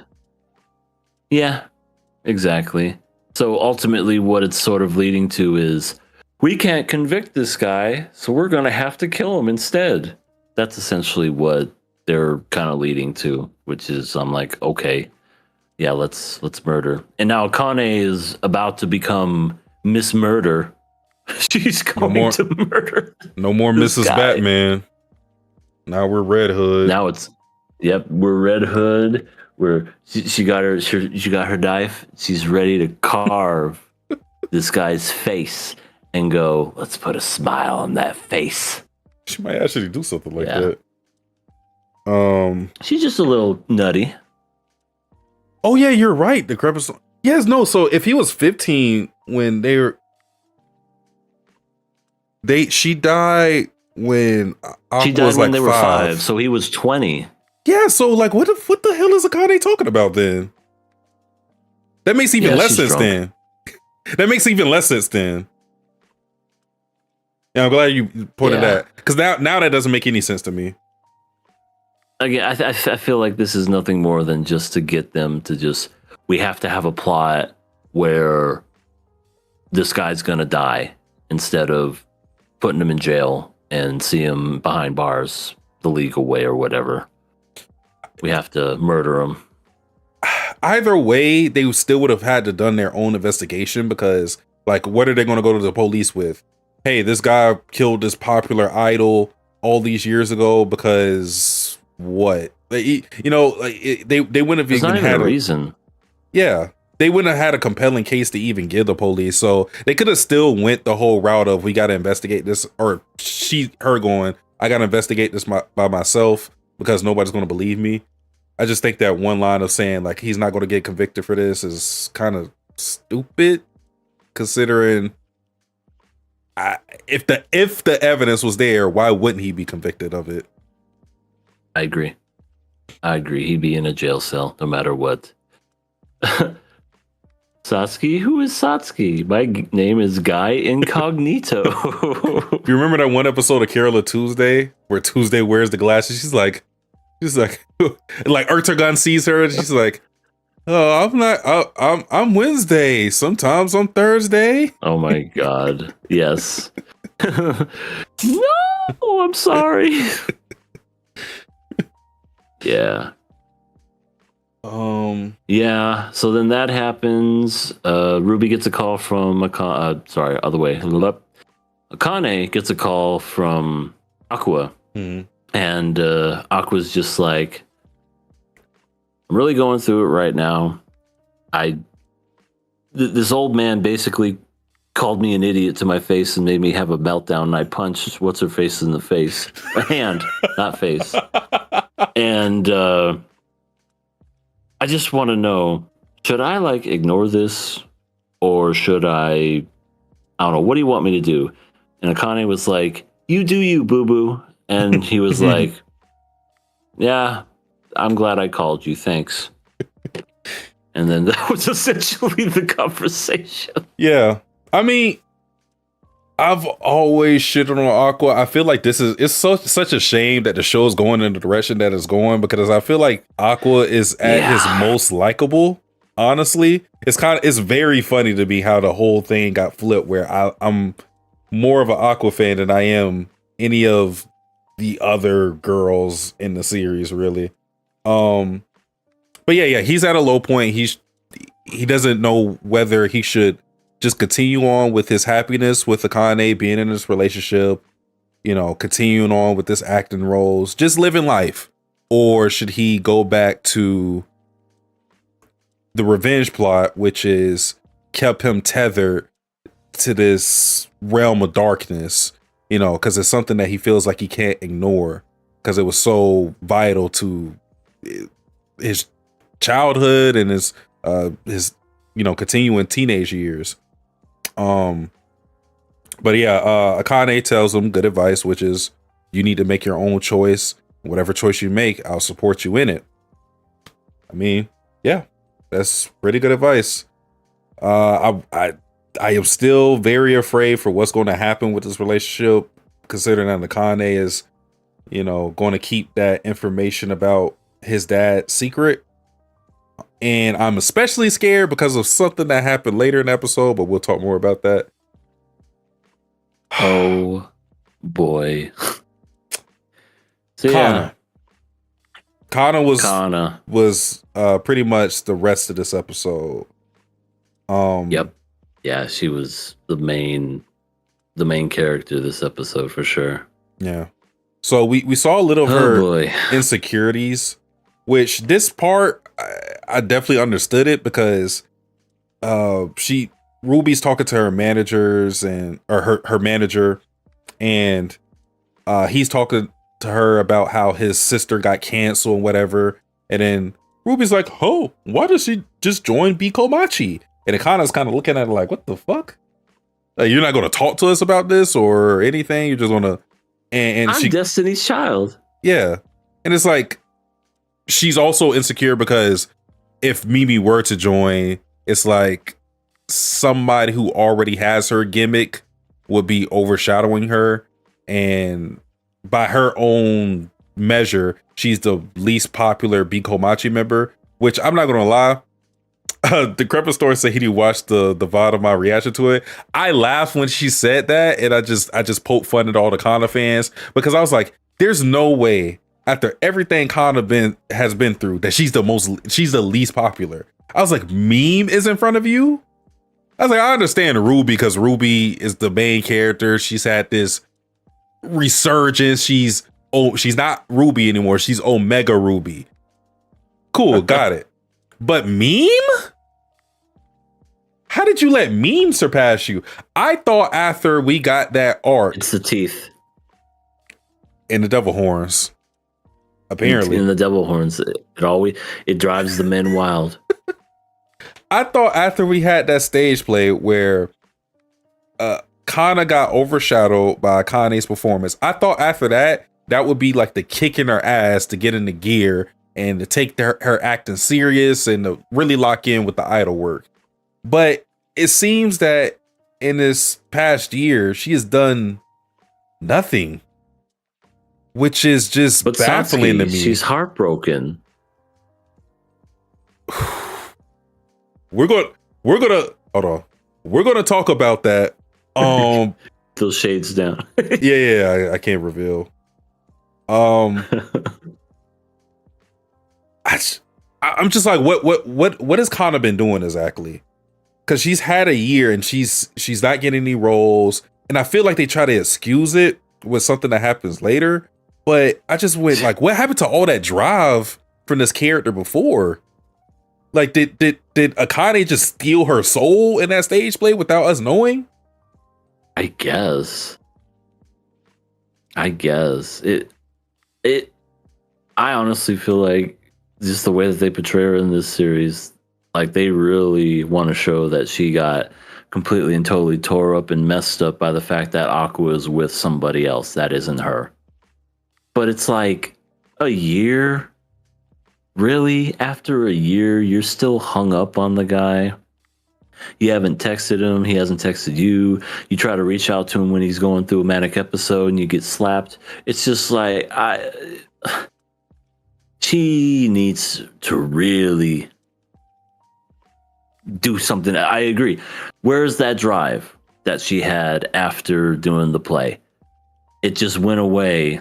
And I almost kind of like what she said too. Said, the money's fine. I'm not really in it for the money. I kind of want to do it for the passion. Well, then what are you doing? Just sitting on your ass waiting for these things to come?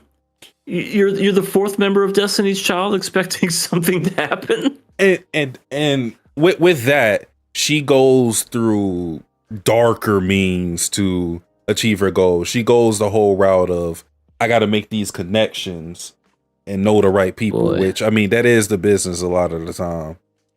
Yeah. So she decides to get with this other actor who I think she said she was also underage, at least for drinking. So she's probably like around, I don't know, the drinking age. 19 or something. Yeah, probably. So she gets with Kana's 18. Yeah. Oh yeah. Yeah, because it's been a whole fucking year. So yeah, these characters age. It doesn't really show in their personality sometimes, at least with her. But Oh boy. this actor, I actually wrote her name down. Mako. She Oh yep. she tries to pressure Kana into drinking. And Kana doesn't even like this girl, by the way. She doesn't like her at all. But she's like, yeah, go ahead and drink. Yeah, everybody, all the idols go here. Nobody really cares. And Kana's about to fucking do it, and I'm like, that was already a red flag for me. Self-respect. Yeah, that was already a red flag for me. I'm like, you're just gonna. It was the weakest peer pressure ever. It was one person telling her to drink. You can't say no to her. Yeah. It's not like she has power, influence. You couldn't say no to that. All Okay, right. person who I don't even like. I guess I'm going to drink this alcoholic beverage. Yeah. And then the director Shima came in there and like, yo, Look. no drinking for you. You're underage. But maybe something later. But yeah. This At least he's ethical. EA. Ooh. I'm gonna need like 5 whole minutes when we get to him specifically. 5 whole minutes. I'm gonna time you. You go over that. No, I'm kidding. But yeah, Kana gets introduced to the director Shima, who seems like he cares about the passion of acting because he Did you recognizes see that. the name of his movies? No, I didn't. They sounded like hentai movies. I wasn't paying attention. Because the lady, maybe Decrepit Storm, you'd know this, because the lady, Mako, she was like, he's the famous director of, and I swear one of the names of the movies was like Slippery something. And I'm like, that's really something that you're proud of, is Slippery Dong or whatever it was called? It's a masterpiece. It's a You wouldn't masterpiece. I went on to make season 3 of One Punch Man. You'll never understand. Damn, I boy. don't have my pipe. Oh well. Oh well. You better put those glasses back down. They're gonna find out who you are. You know, it's like Metal Gear Solid. Like, you know, the little bars where they get the question, what was that? Then they go, put the shades down. Huh, must have been the wind. But yeah, this director seems like he cares about the craft and whatnot. And we get another one of these scenes where it feels like the mangaka just is giving excuses for character motivations, because he talks about, and this is not to say that this is not true. I am not Japanese, so I'm not claiming that I know anything of the industry. I'm just saying it feels like an excuse within the show, given what we know about the characters. Because he talks about how in Japan, the actors basically are treated like blue collar workers, where they kind of have to just shut up and just do their job. They don't really have influence the same way other industries. He's probably mostly talking about America, where we have like superstars who kind of get to make demands and they're just treated better in the workplace. Actors don't have that much cachet in Japan. So he's basically making an excuse for why Kana hasn't been doing anything these past months, this past year, where he's saying like, you've had to conform, and you've had to, follow the lead, so to speak. You haven't been able to really show the world who you really are. You've been held back. And I'm like, I guess, but I don't really know if that explains like why Kana isn't trying harder, because it just seems like she's given up, like True. even when he says she's talented, Kana's like, no, I'm not good at anything at all. I'm like, She's just down on herself. yeah. Blazing fluids and snake eyes. That does sound like hentai. Yep. That was what it was. When I saw Blazing Fluids, I was like, this is a hentai director. And Really, yeah. he really is the director for One Punch Man season 3. He really is. And what happened later in the episode is how he got his job. Jesus. Let me see. Do we want to go to that? Yes. Okay. Well, then I'll set you up. Basically, director Shima was like, "Well, I love this conversation that we're having. Let me take you on over to my studio, and we'll get a little more intellectual and discuss things a little further and whatnot." Yeah, the other guys are there, by the way. Yeah, the other guys are there just waiting. Waiting, and then goes in. Yeah, I'm lying. This is actually my shag shack. That's what this is. This is my place over here. And even Kana, who is acting real stupid, is not stupid. She's very observant. She's just like, there's the bed over there. Oh God, I got tricked. Oh God, he wants. Oh man, and this guy, drunk and whatever, he's just like, look, I'm gonna be honest with you. I want to get down and busy. I wanna do whatever. But hey, I'm a good guy because I asked for consent before I do things.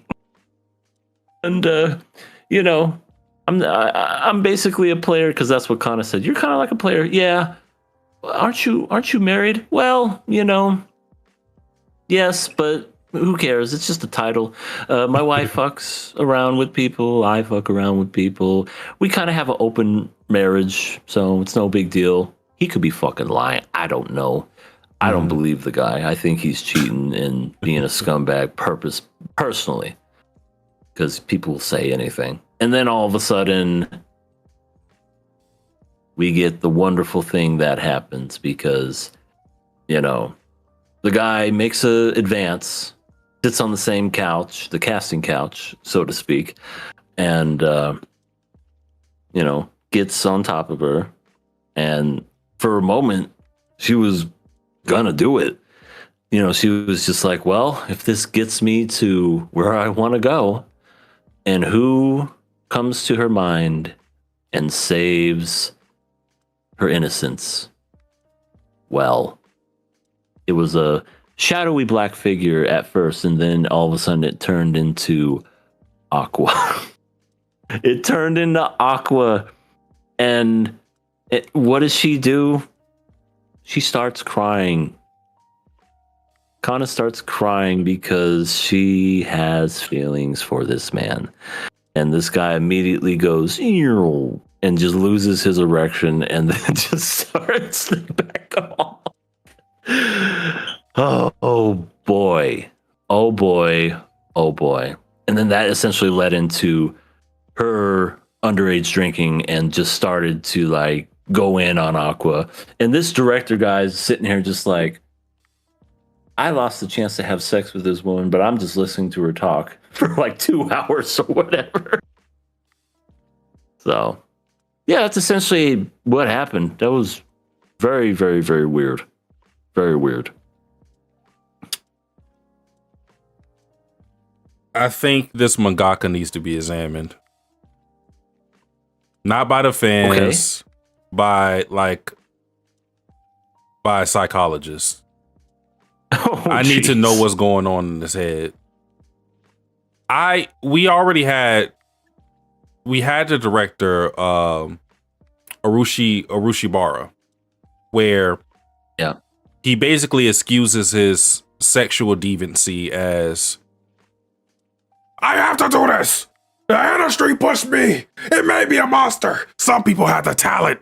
Other people, we had to go use the back door. Dirty means you wouldn't understand. Do all of that, and he basically his actions of sexual harassment gets excused because he got some boo-boos making a cosplay at 12 a.m. Cool. All right. Now we get to this episode, and we basically excuse a potential rapist. Yes, and I'm saying that word because rape is still rape through coercion, and that's what he did. If you go, you want this role, well, you gotta suck dick for it. That's rape. Yeah. You can't It go. wasn't. Yeah. You can't go, this guy's ethical because he talked to her about it before. Look at her. Look at him. He's listening to her after she wants to vent. Are you serious?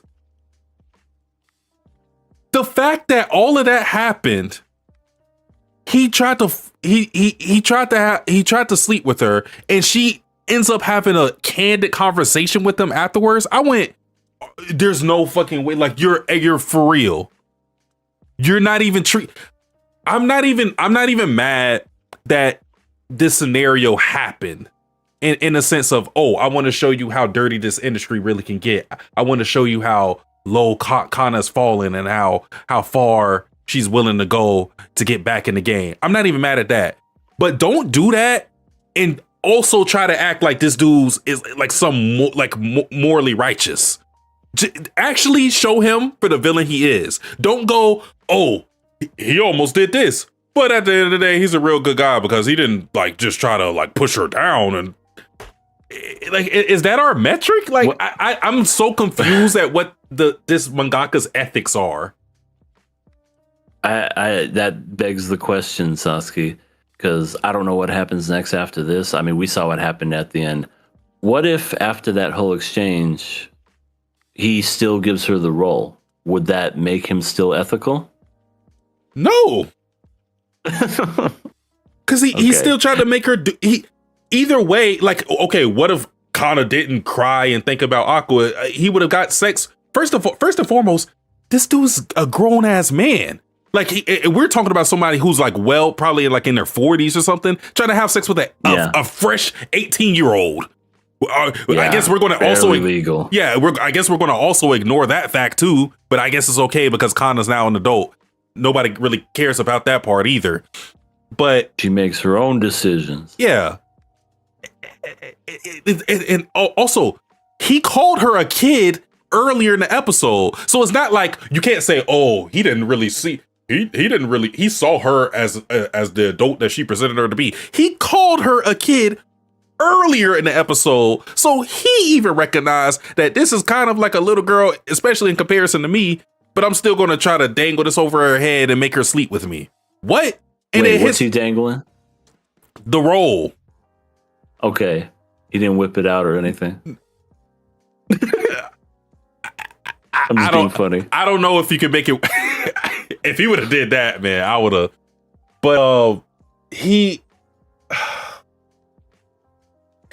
this mangaka, I just don't understand what the moral code is. When you make a character like this, they're pretty much evil.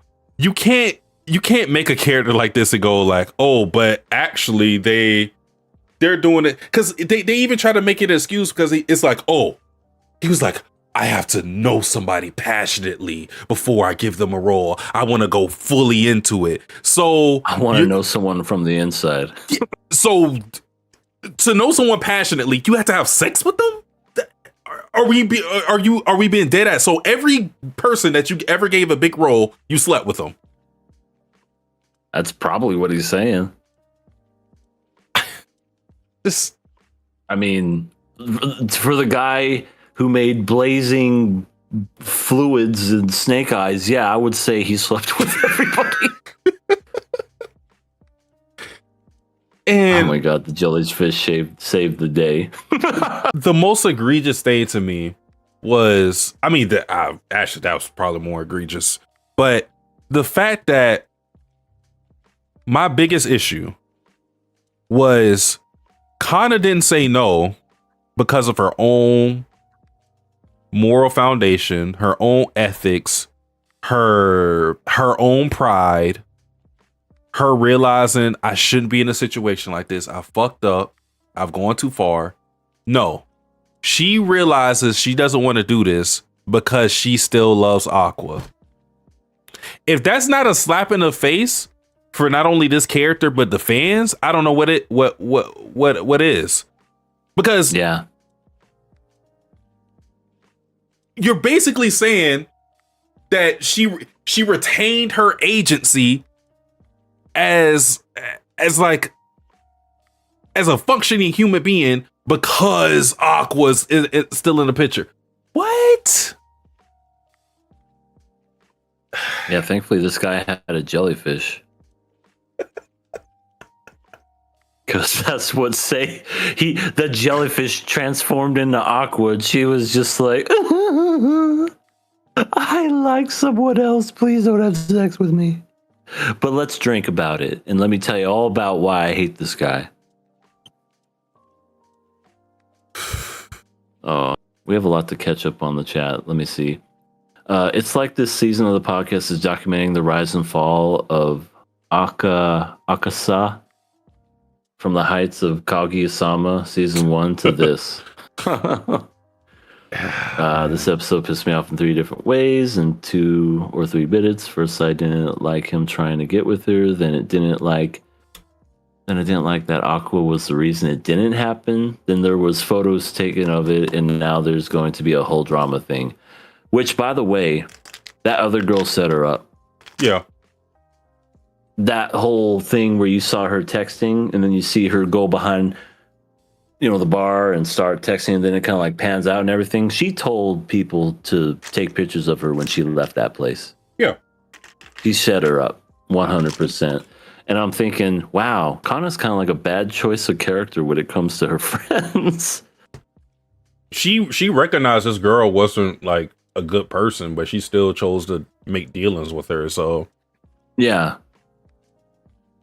absolutely. Midnight says, remember same dude that made Kaguya-Sama? I don't know what happened after he finished it. Maybe he lost his ability on some final Jetsugatten whatever. show. But he lost his power for writing. It's that last attack that Ichigo did when he fought Aizen. Oh, yeah. Oh, badass form. Mhm. Yeah.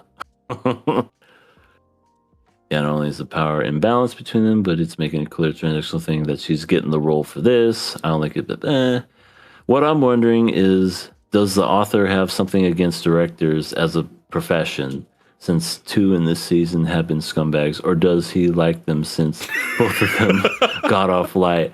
I almost feel like, I don't know. Like, I feel like he's trying to make a message towards the entertainment industry, but he's doing sometimes he does a great job, and this season hasn't been really doing a good job at all. I feel like if anything, he's doing more protecting, because it feels like he's trying to protect like this evil that exists in the industry. Oh, if there's a person that may coerce them into sex, but what if they were doing it for the passion of filmmaking? What if they asked them before and they told them, hey, if you sleep with me, you'll get this role? Would you look at them in a better light? Fuck no. What are you talking about? Hey, this director that sexually harassed someone. What if he only did it because that's what you wanted, you scumbag? You actually wanted this. You wanted to ask these dirty questions. What if he didn't have the talent to make anything good and he had to use these underhanded tactics to actually get you to give a fuck? Huh? Yeah. Answer me. It's like, he's just being an apologist for a lot of this fuck shit that's going on. And I'm like, what? Yeah. I'm just like, what are you doing? You can just make these guys scumbags, and the message would be made. But I think the message he's trying to make is that, oh, it might not be all bad, and it's like, what? Like what? Maybe he's trying to say that the industry is fucked and the industry is disgusting. But hey, we all gotta compromise. So let's just, understand that, this guy is a sexist pig, and let's understand that this guy is just loves sleeping. He's an ethical rapist, and that's okay. It's totally fine because it's Hollywood, baby. I don't know. I don't know what he's trying to say.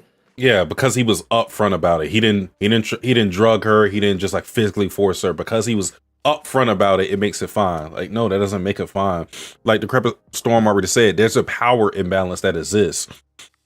You can't even do this as like a boss of a company and be like, oh, you're trying to sleep with your workers, because even if you don't give them an incentive to sleep with you, there is like this. There's this like passive incentive in a void that, oh, if I don't sleep with him, I might get fucking fired. And if I do sleep with him, I might rise up. Like that's something that exists. That's why you can't be a boss sleeping with your employees like that. Unless it's like some private company or something. But that exists for a reason. So you bring this to our attention, and it's like, it doesn't matter that he asked her before she did it. It's still bad, especially considering us knowing Kana's mental state. And mind you, he didn't give a fuck about any of that.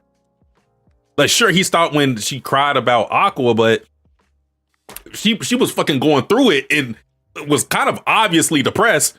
Did he care about that shit? Nope. No, because his dick was hard and he was drunk. That's all it came down to. But as soon as the tears started rolling down, like I said, he just retracted. Just, okay, yeah, this isn't gonna happen. I have a little girl crying. I'm gonna be an asshole if I go any further. Yeah, just they're gonna one think of those type of things. If I went any further, they're going to think I'm a rapist. Yeah, I'm not a rapist. I'm a nice guy. Look at me. I'm a nice guy. I mean, come on. Don't you guys have sex with your cohorts? Come on. Respect me.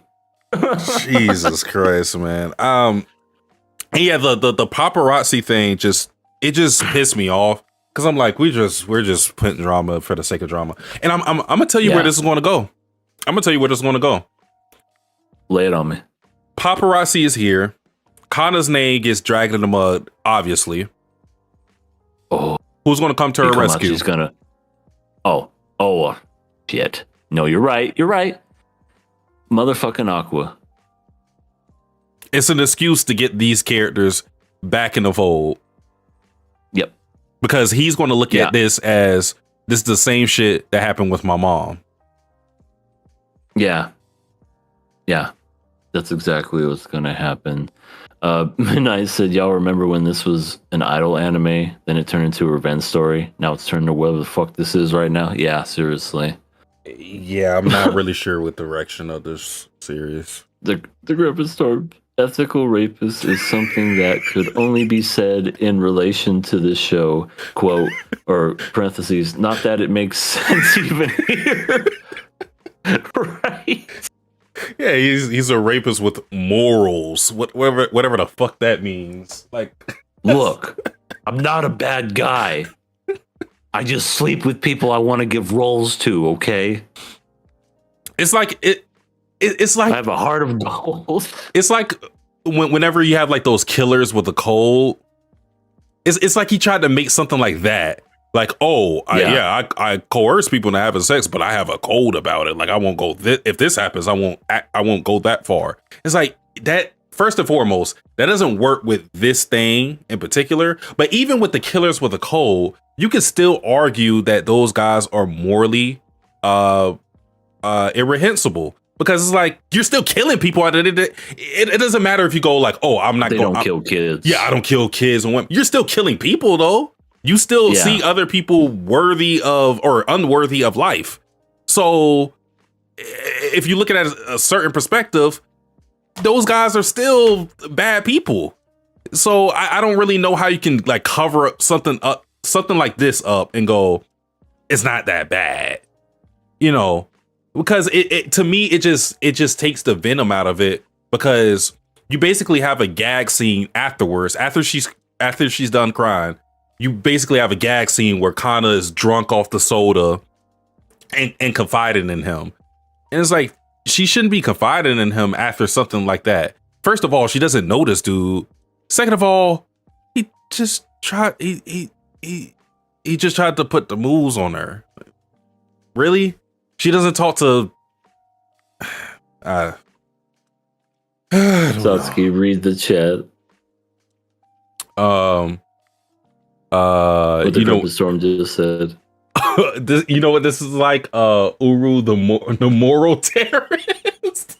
I forgot about her. That's true. That is a great example, Decrepit Storm. She's not a bad person. She just wanted to kill and blow up a bunch of schools and students and kill people. But she loves squirrels, damn it. She loves squirrels. Yeah, what was it that she wouldn't do that made that what the fuck did it was something that happened that she was like, yeah, no, I won't do that. And I was like, weren't you trying to bomb a school the third episode? I forgot what it was where she was like, no, you've gone too far. It's like, all right, man. Yeah, I know. But that's exactly what it is. Also, hello, Lightning Eagle. What's good, Ellie? How you doing, good sir? So yeah, but Kana's fucked. She's an idol who not literally. Yeah, thank God. But she's an idol who left the man's house after hours. Of course. Oh, this is going to be bad on Over bloodshot eyes, like bags under her eyes. Oh yeah, that's true. She did actually look like that too afterwards. Yeah, she was hungover from soda, by the way. She wasn't drinking. Remember, she gets drunk from soda. That's right. Shit, what was I gonna say? Oh yeah. Now I'm predicting the whole Aqua thing, right? But there actually may be like some big friction when it comes to Ruby, because you got to think Ruby's whole thing is she's trying to get up B Komachi's name. Ooh, and now Kana is like shitting on the name. So right, I could see B Komachi just gets like shitted on and like the name gets dragged through the mud, and maybe they have to fire her ass or something. Yeah, I could see Ruby going to those extremes. Either trying to cover this up, defending it. Yeah, I could either trying to. Yeah, I could see like some big confrontation between Ruby and Aqua because of this. Yep. More drama for your mama. Yeah, not that it's going to be good, but I can see.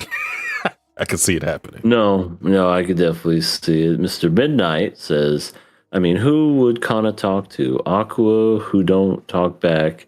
Ruby, who right now might manipulate her for the goal. Akane, who she hates. Miyako? Right. An adult? Who set her up. Oh, no, not Miyako. That was Mako. Yeah, Miyako. Yeah. Which, the agent, right? Mm-hmm. Yeah, I mean... Which, that was an interesting conversation. When Ruby, I'm sorry, just real quick, when Ruby was talking about leaving, they literally went into like the real life of an idol and basically talked about the ins and outs of idol life for like 2 or 3 minutes. I was like, oh, that's interesting. This show likes to throw out interesting facts like that, but then also sprinkle in some adultery. Yeah. But yeah, like Miyako would be because Miyako was the one who was like, "You guys are adults, but be careful." She was actually about to text somebody before she even went through with this because she knew it was fucking stupid. But she decided to go. She decided to go against her better judgment, and she did what she did anyway. So I would say that would be somebody she could have talked to about this, especially considering that Miyako again is a full-grown adult who's in the industry and probably experienced something like this. You know, like she's a woman in the industry too. You probably would imagine that somebody tried to approach her with some bullshit like this. So she could probably help you navigate through something like this. Yep. I know she covers the idol bit, but you would think, considering like her connections, she would be able to throw Kana some type of job. But I don't know, man. It's weird. We're just all here. The Griffin Storm said, "We all know Sasuke is controlling EA's socials to protect KOA's images." Me? It would be the opposite. It would be the opposite. True. Sasuke is like, "I'm about to go in on this." Okay, give me your social. I feel like out of the three, I would be the person to get us canceled if there was if they were pulling receipts and social media stuff. I would be the one. You would be the one leaving the hotel when someone takes a picture of you? Yeah. Because I wouldn't give a fuck enough to try to protect the image. I'll just be like, whatever. You'll even see the person taking your picture, and you'll just give them like the double middle finger as you're walking by. Or just the peace sign. You know why I'm here in my beast mode voice. Then all of a sudden, it just turns into, Sasuke, why did you do that? Why did you go over there and sleep with that person? Do you know what happens is going to do? This affects us. Oh, more ratings, baby. I don't trust either of you. LOL, you're both getting canceled. Maybe. But EA was the king of misogyny a few weeks ago, though. That's not true. Never happened. Well, I feel like if my streams are being counted, then I got a lot of like transgressions on my streams. But yeah, this episode was,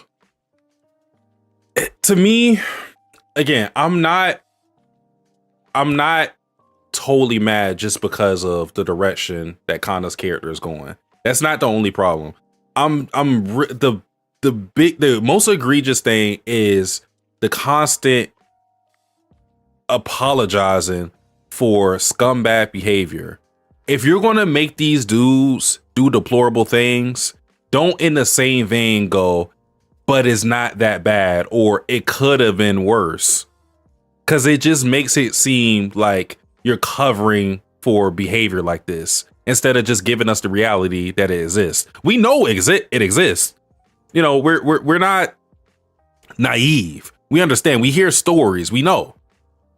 Yeah. But in those stories that we know of people going through shit like this, it doesn't go, oh, after he tried to force me to sleep with him, we fucking drank Coca-Cola and then I confided to him. The stories don't go like that. No. Like, if we're gonna like excuse the direction that we're going because it's realistic, how about we talk about how it's not realistic in that people don't get the let-offs that these scumbags get. Like, he asked her first. Oh, he's actually a bad guy when he's not trying to sleep with you. All right. Yeah. Let's be real. That one guy from a couple episodes back that said the sexist stuff, he would have been fired. He would have been fired. And then that would have been that. I mean, sure, maybe they can do the whole Ruby Power Hour where they try to make people forgive and forget, but at the same time, or make an apology attempt or something. But at the same time, nah. Because that's what I was waiting for. I was waiting for him to have his comeuppance and be fired. Out with the old guard, in with the new minds, because entertainment always changes. That's kind of where I thought it was going, but didn't happen. And now we have the casting couch where I was expecting, I get it. Casting couch is a real thing. We're not stupid to think that it's not. But, I really wish they could have leaned into and she could still cry and do her thing that I love Aqua, blah, blah, blah. Like, maybe make it to where she runs out. Make it to where he's like, okay, you gotta go. Or, I don't know, even if you want to take it dark and just make it to where he tries to do, as bad as that sounds, that's real shit. Yeah. You know what I mean? Like but instead, make a viable consequence for her actions, in that if you want to show the dark horrors of this, there has to be a consequence, and not that hurt that she's getting raped, but in that when she rejects him like that, it's like, oh, the thing that you wanted on the table is off. it's gone. Yep. But instead it seems like, okay, after that scene, let's do a therapy session. What the? Yeah. Yeah. Ellie says, do it with some tact and not some tee nonsense. Fired or in government 50-50. Yeah. Seriously. But yeah. We end with the photos that are going to get her canceled, essentially. And ladies and gentlemen, next week is episode 6, Kill or Fucking Pass. Next episode might actually be the This Is So Ass episode, because this is ass. Yeah, Oshinoko's always been one of those things where it's interesting. The animation's stellar. I like the fact that they talk about the industry, and it's always interesting just to hear people talk about it, just because they don't shy away from those things. But I definitely feel like in this season, instead of shying away from it, we're just kind of dancing around it. You know what I mean? We're beating around the bush, where it's just like, we want to say that there's a casting couch. We want to say that there are executives that are stuck in their old ways, but we don't want to reprimand these people and say that they're bad. Yeah, commit. That's my problem. Commit. Either show the horrors or don't.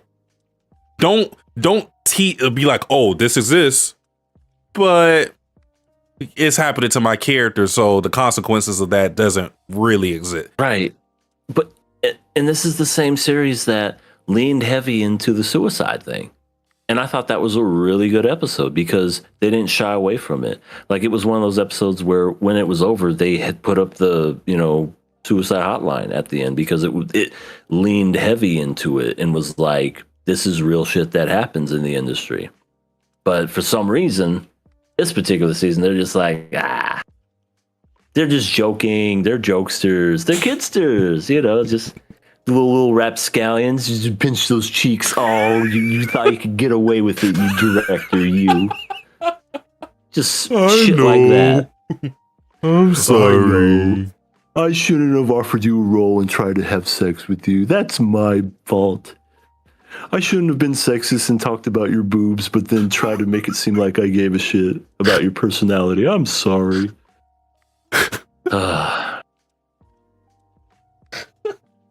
Yeah.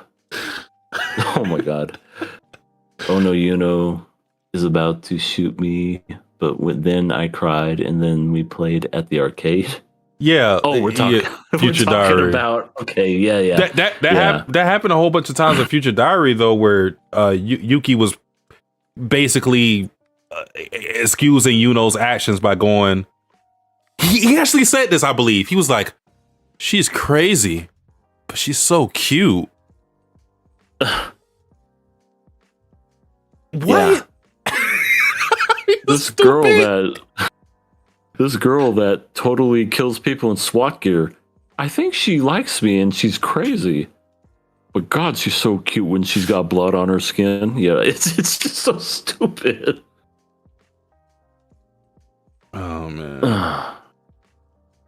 Yeah.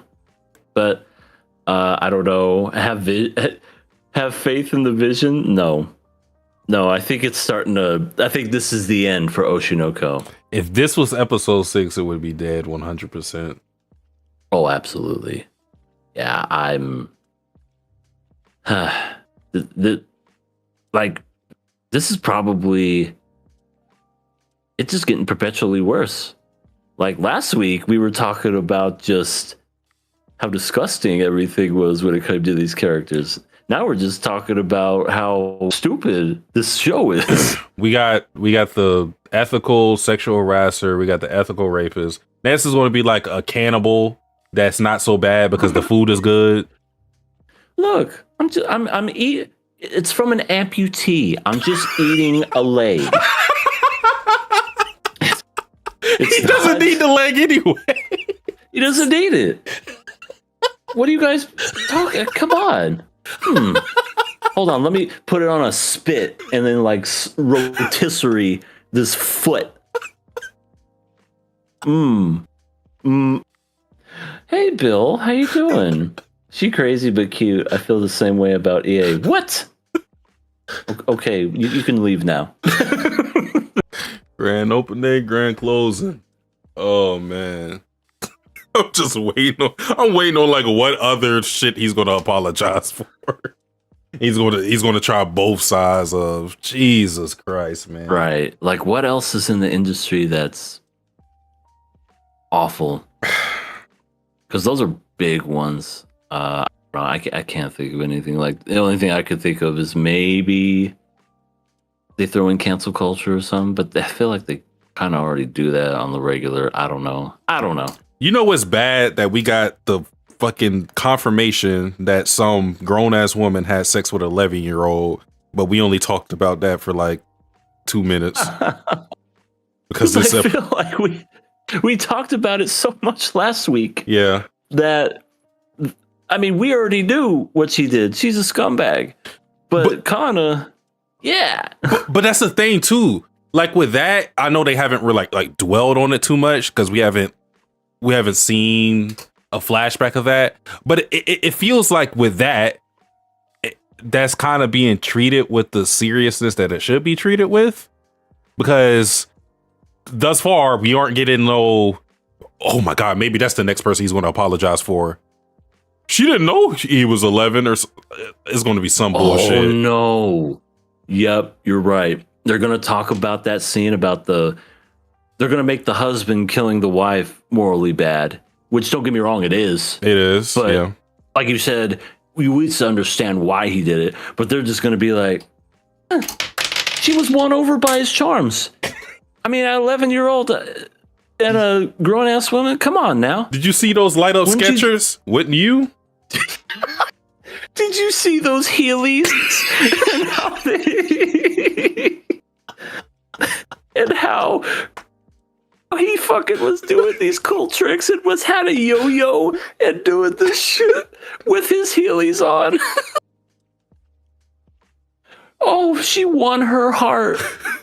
She was like, damn, I want to know this boy.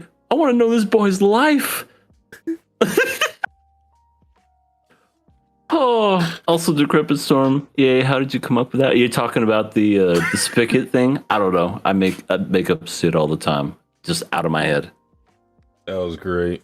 But yeah, that's absolutely disgusting. Absolutely disgusting. Like, I don't know.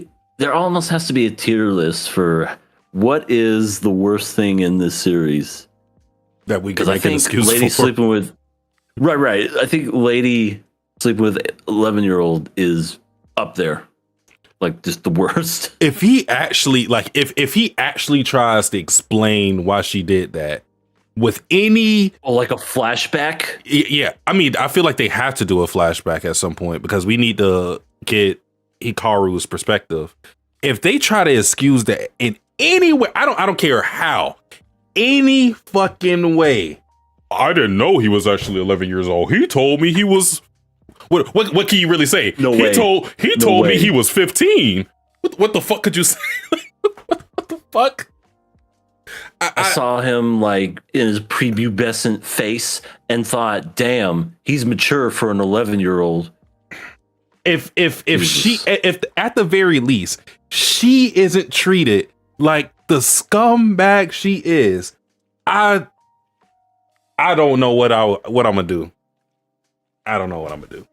That's one of those you start punching the air. Yeah, you know, you're just like that's just. I don't want to preemptively get mad at it, but I don't really have any good faith considering what we've been getting thus far. I don't know. It feels like he just lost his fucking mind. The top tier list will be Aqua hitting Kana. That's the worst thing in the whole series.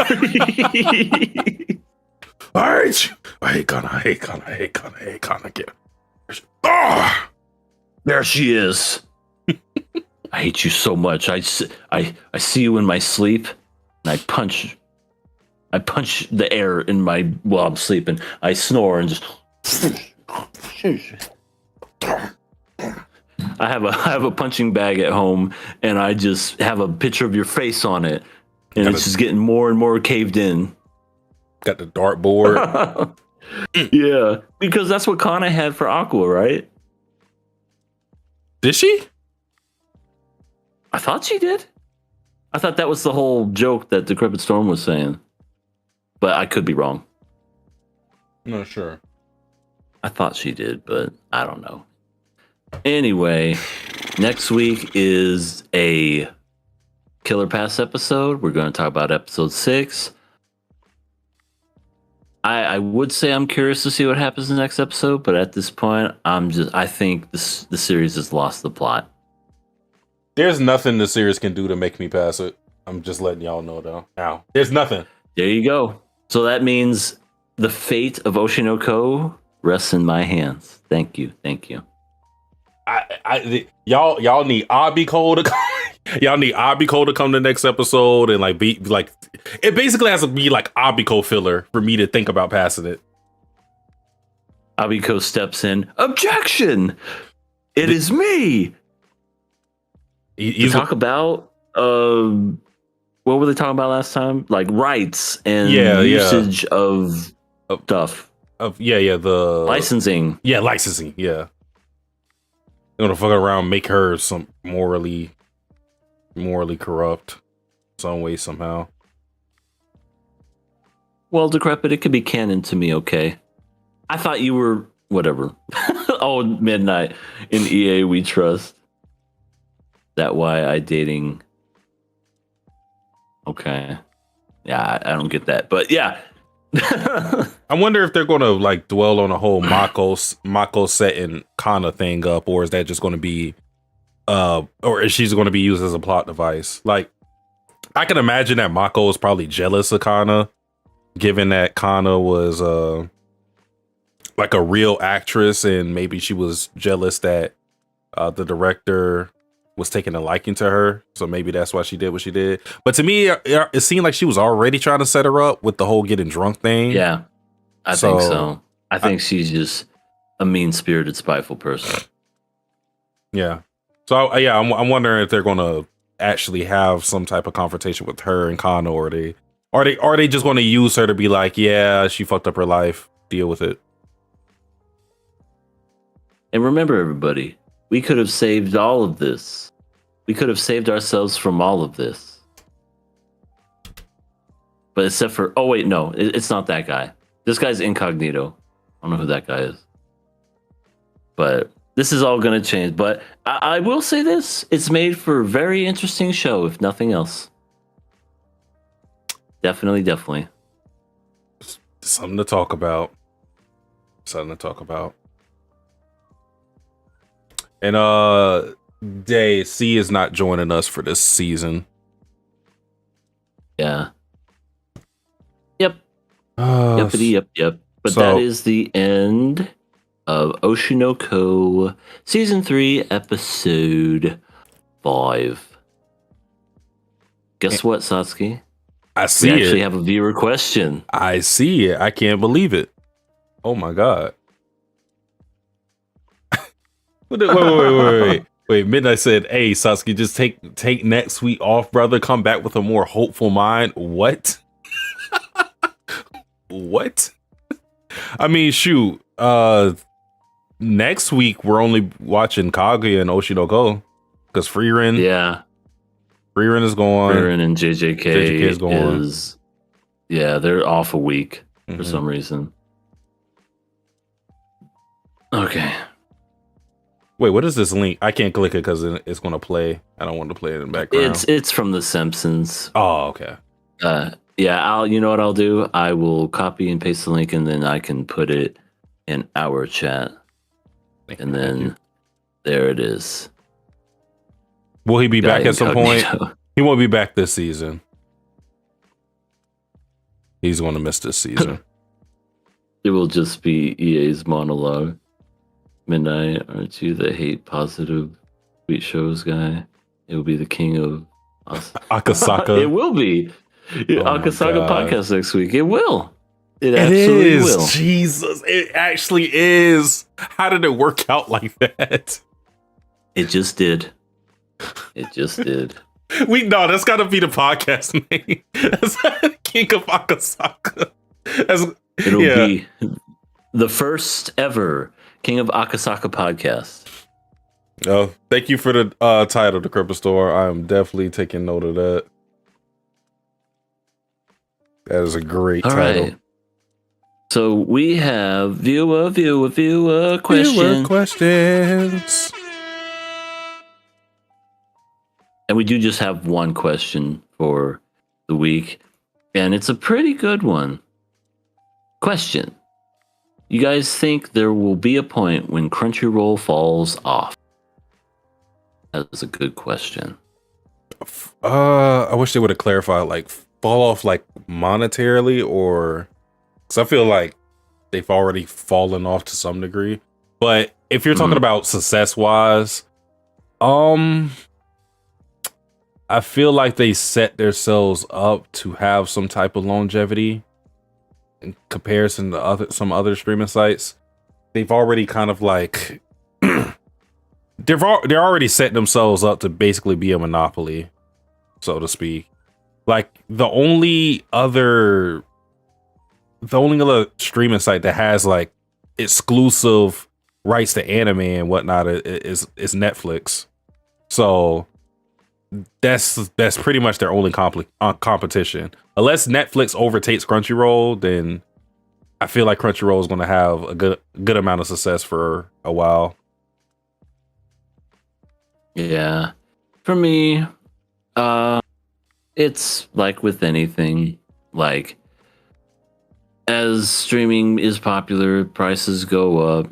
Will people pay for it? I mean, anime is kind of already in that interesting position where if you want to support it, you would think Crunchyroll is the answer, but it's not really, which is weird because it gives like a little back to the anime community, which you would think it would be more profits for them, but nope, you don't help support that stuff, so it doesn't go to them.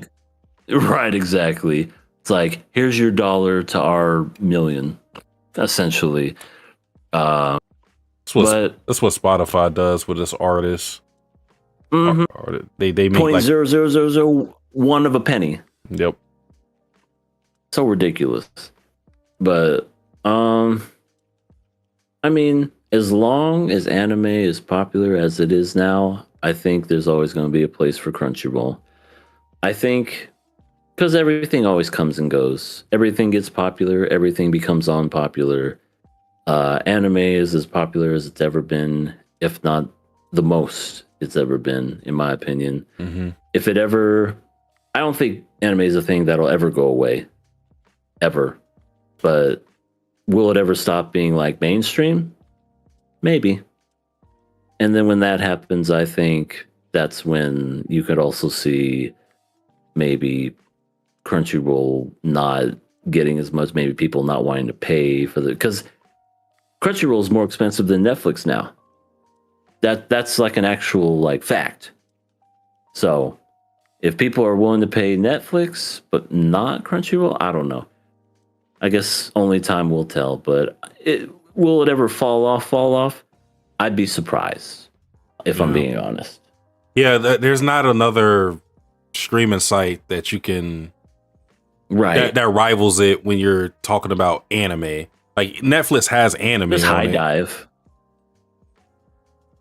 Yeah, there is, but I still don't think it rivals Crunchyroll. Like it's like an alternative, but I feel like if you had a site that was kind of like how Crunchyroll used to be, with message forums, and you could also read manga and also watch anime, and it supports it, and it's like a nice, reasonable price. I think you would have competition right there, but I don't think it's going to happen. Like you said, it's a monopoly at this point when it comes to Crunchyroll. The Crypto Store said, I saw that you killed Trigun, by the way, so I'm going to have to listen back to that. We're in trouble.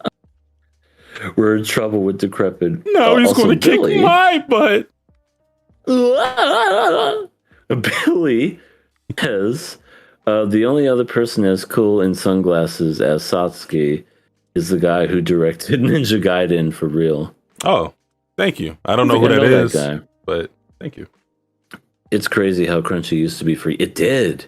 Like, you could watch all that stuff for free. I think it had ads, but it was free. Mm-hmm. So, and it had that. It had manga. It had the web forums, which I thought was really cool.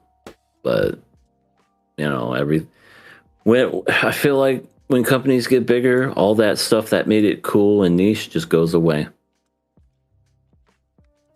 You know what we should do, EA? It's a while in the future. We should do something for the Crunchyroll Awards. I don't know what, but something. But that's in the future. Doesn't that happen at the end? Yeah, the end of the year? No. For some reason, it's in the middle. It's like May or something. Really? Yeah. Yeah, I think that was. And I think that's true to Storm. It was. Yeah. It definitely used to be. And instead of it getting taken down, they were like, "Please, sir, have mercy." Mercy? Okay, start charging for your shit. We'll let you live. I know you don't play Elden Ring, EA, but that dead ass sounds like Patches from the Dark Souls series. Like you fight him, and then in the middle of the fight, he just stop, please. And then you can spare him, and then after you spare him, he opens up a shop, and you can just buy shit from him the entire game. Oh, nice. You know, nice. Crunchyroll is our Patches. Yep. We let it live. Only so that we could talk shit about the awards. The Crunchyroll Awards are. Oh hell no! Never mind. I take what I said back. It's on my birthday, May 23rd. Well, we're gonna have to celebrate your birthday and the Crunchyroll Awards. No, we don't. Oh come on, Sasuke! It'll be fun.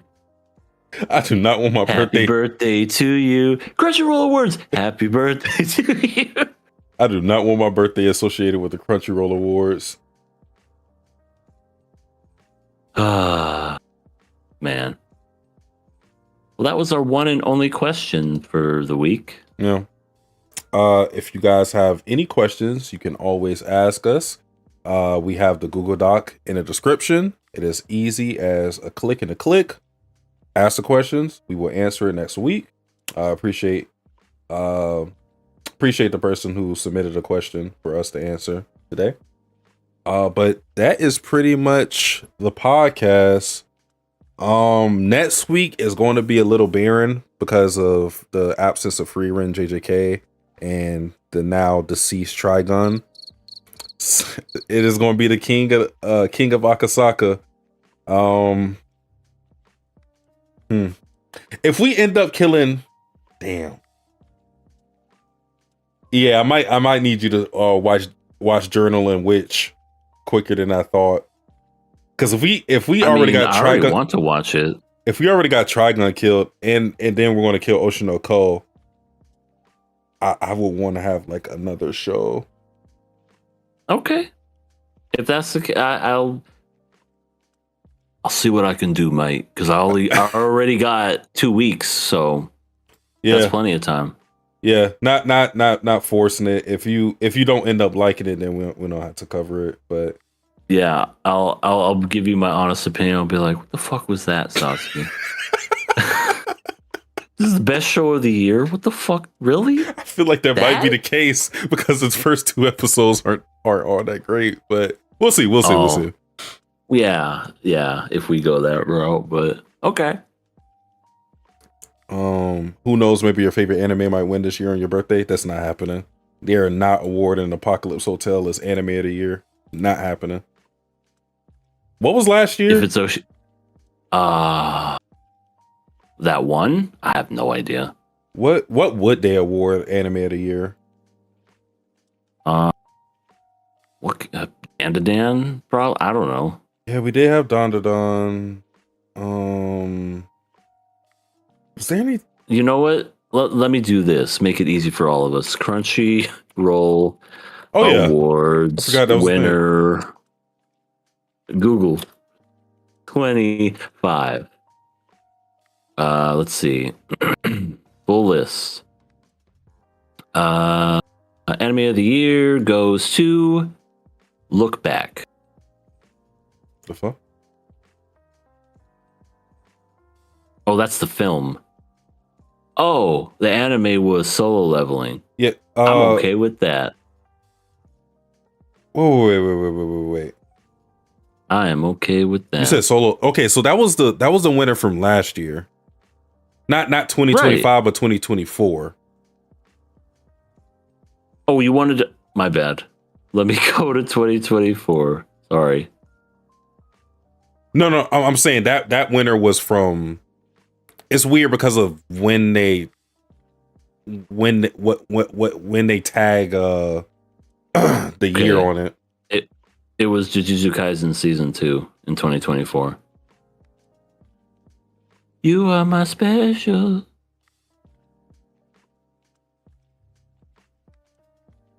Wait, because the first season of Solo Leveling, yeah, because season 2 was going into 2025. That's why I'm confused. Because 2025 is actually anime from 2024. Are you sure? Yeah. I don't fucking know, dude. Because Solo Leveling won it off his first season, not his second. So the winners from 2025 are anime from 2024. Okay. I think I understand what you're saying now. So, but yeah, it was probably season 2 of Solo Leveling then, because I do remember it was in the winter of 2025, and I know this because I saw it last year, and I was like, I am now a fan of Solo Leveling, and then you beat the shit out of me. I remember that. I would make a joke about how when Sasuke picked the replacement show, we got Higehiro, but I did that before, and I think you might actually blow a fuse. Yes, I understand this would be different because it's a show you actually watch. Yeah, this show at least has been vetted enough. Unless it just gets terrible from. And then you stuck with it too. Even after we killed it, you're like, no, I have to finish Higehiro. And we were like, why? And you're like, I have to do it. Listen, I was stupid back then. I was finishing shit regardless. That season alone, that season or year alone, I had Higehiro, I had Higurashi Sotsu, and I had Tokyo Revengers. I finished all of that, and I hated all those shows. God. And I did it for no other reason than me having like this completist mentality. I mean, it's like what you do with Elden Ring. You just love the punishment. Higurashi got bad. I had to watch that in like 2x speed because I couldn't take it anymore. Once I got to like the last 2 episodes. The wonderful fighting scene at the end, all because she didn't want to do her fucking homework. I'll never forget that. Jesus. You showing me that, and I was like, Higurashi used to be great. I don't know what the fuck that was. And then you spent a year watching my Shaman God. King or something. That's right. Sasuke, you dedicated a whole year to that. I didn't finish Shaman King though. I did watch a good majority of it, but I didn't finish it. Way to go, buddy. That was my one Give it sin. up. Give it up. Sasuke dropped Shaman King. Soft drop. But yes, that is the podcast. I appreciate everybody for joining us tonight. The Crepus Storm, Midnight, Lightning Eagle, Bill, Day. Am I missing anybody? No, Doctor Whatever did show up for a bit. Yeah, appreciate QRW6. I honestly, Dr. Whatever, I honestly think is Lightning Eagle. I think it's his alt. Nice theory. You seen the Kevin Durant burner account, right?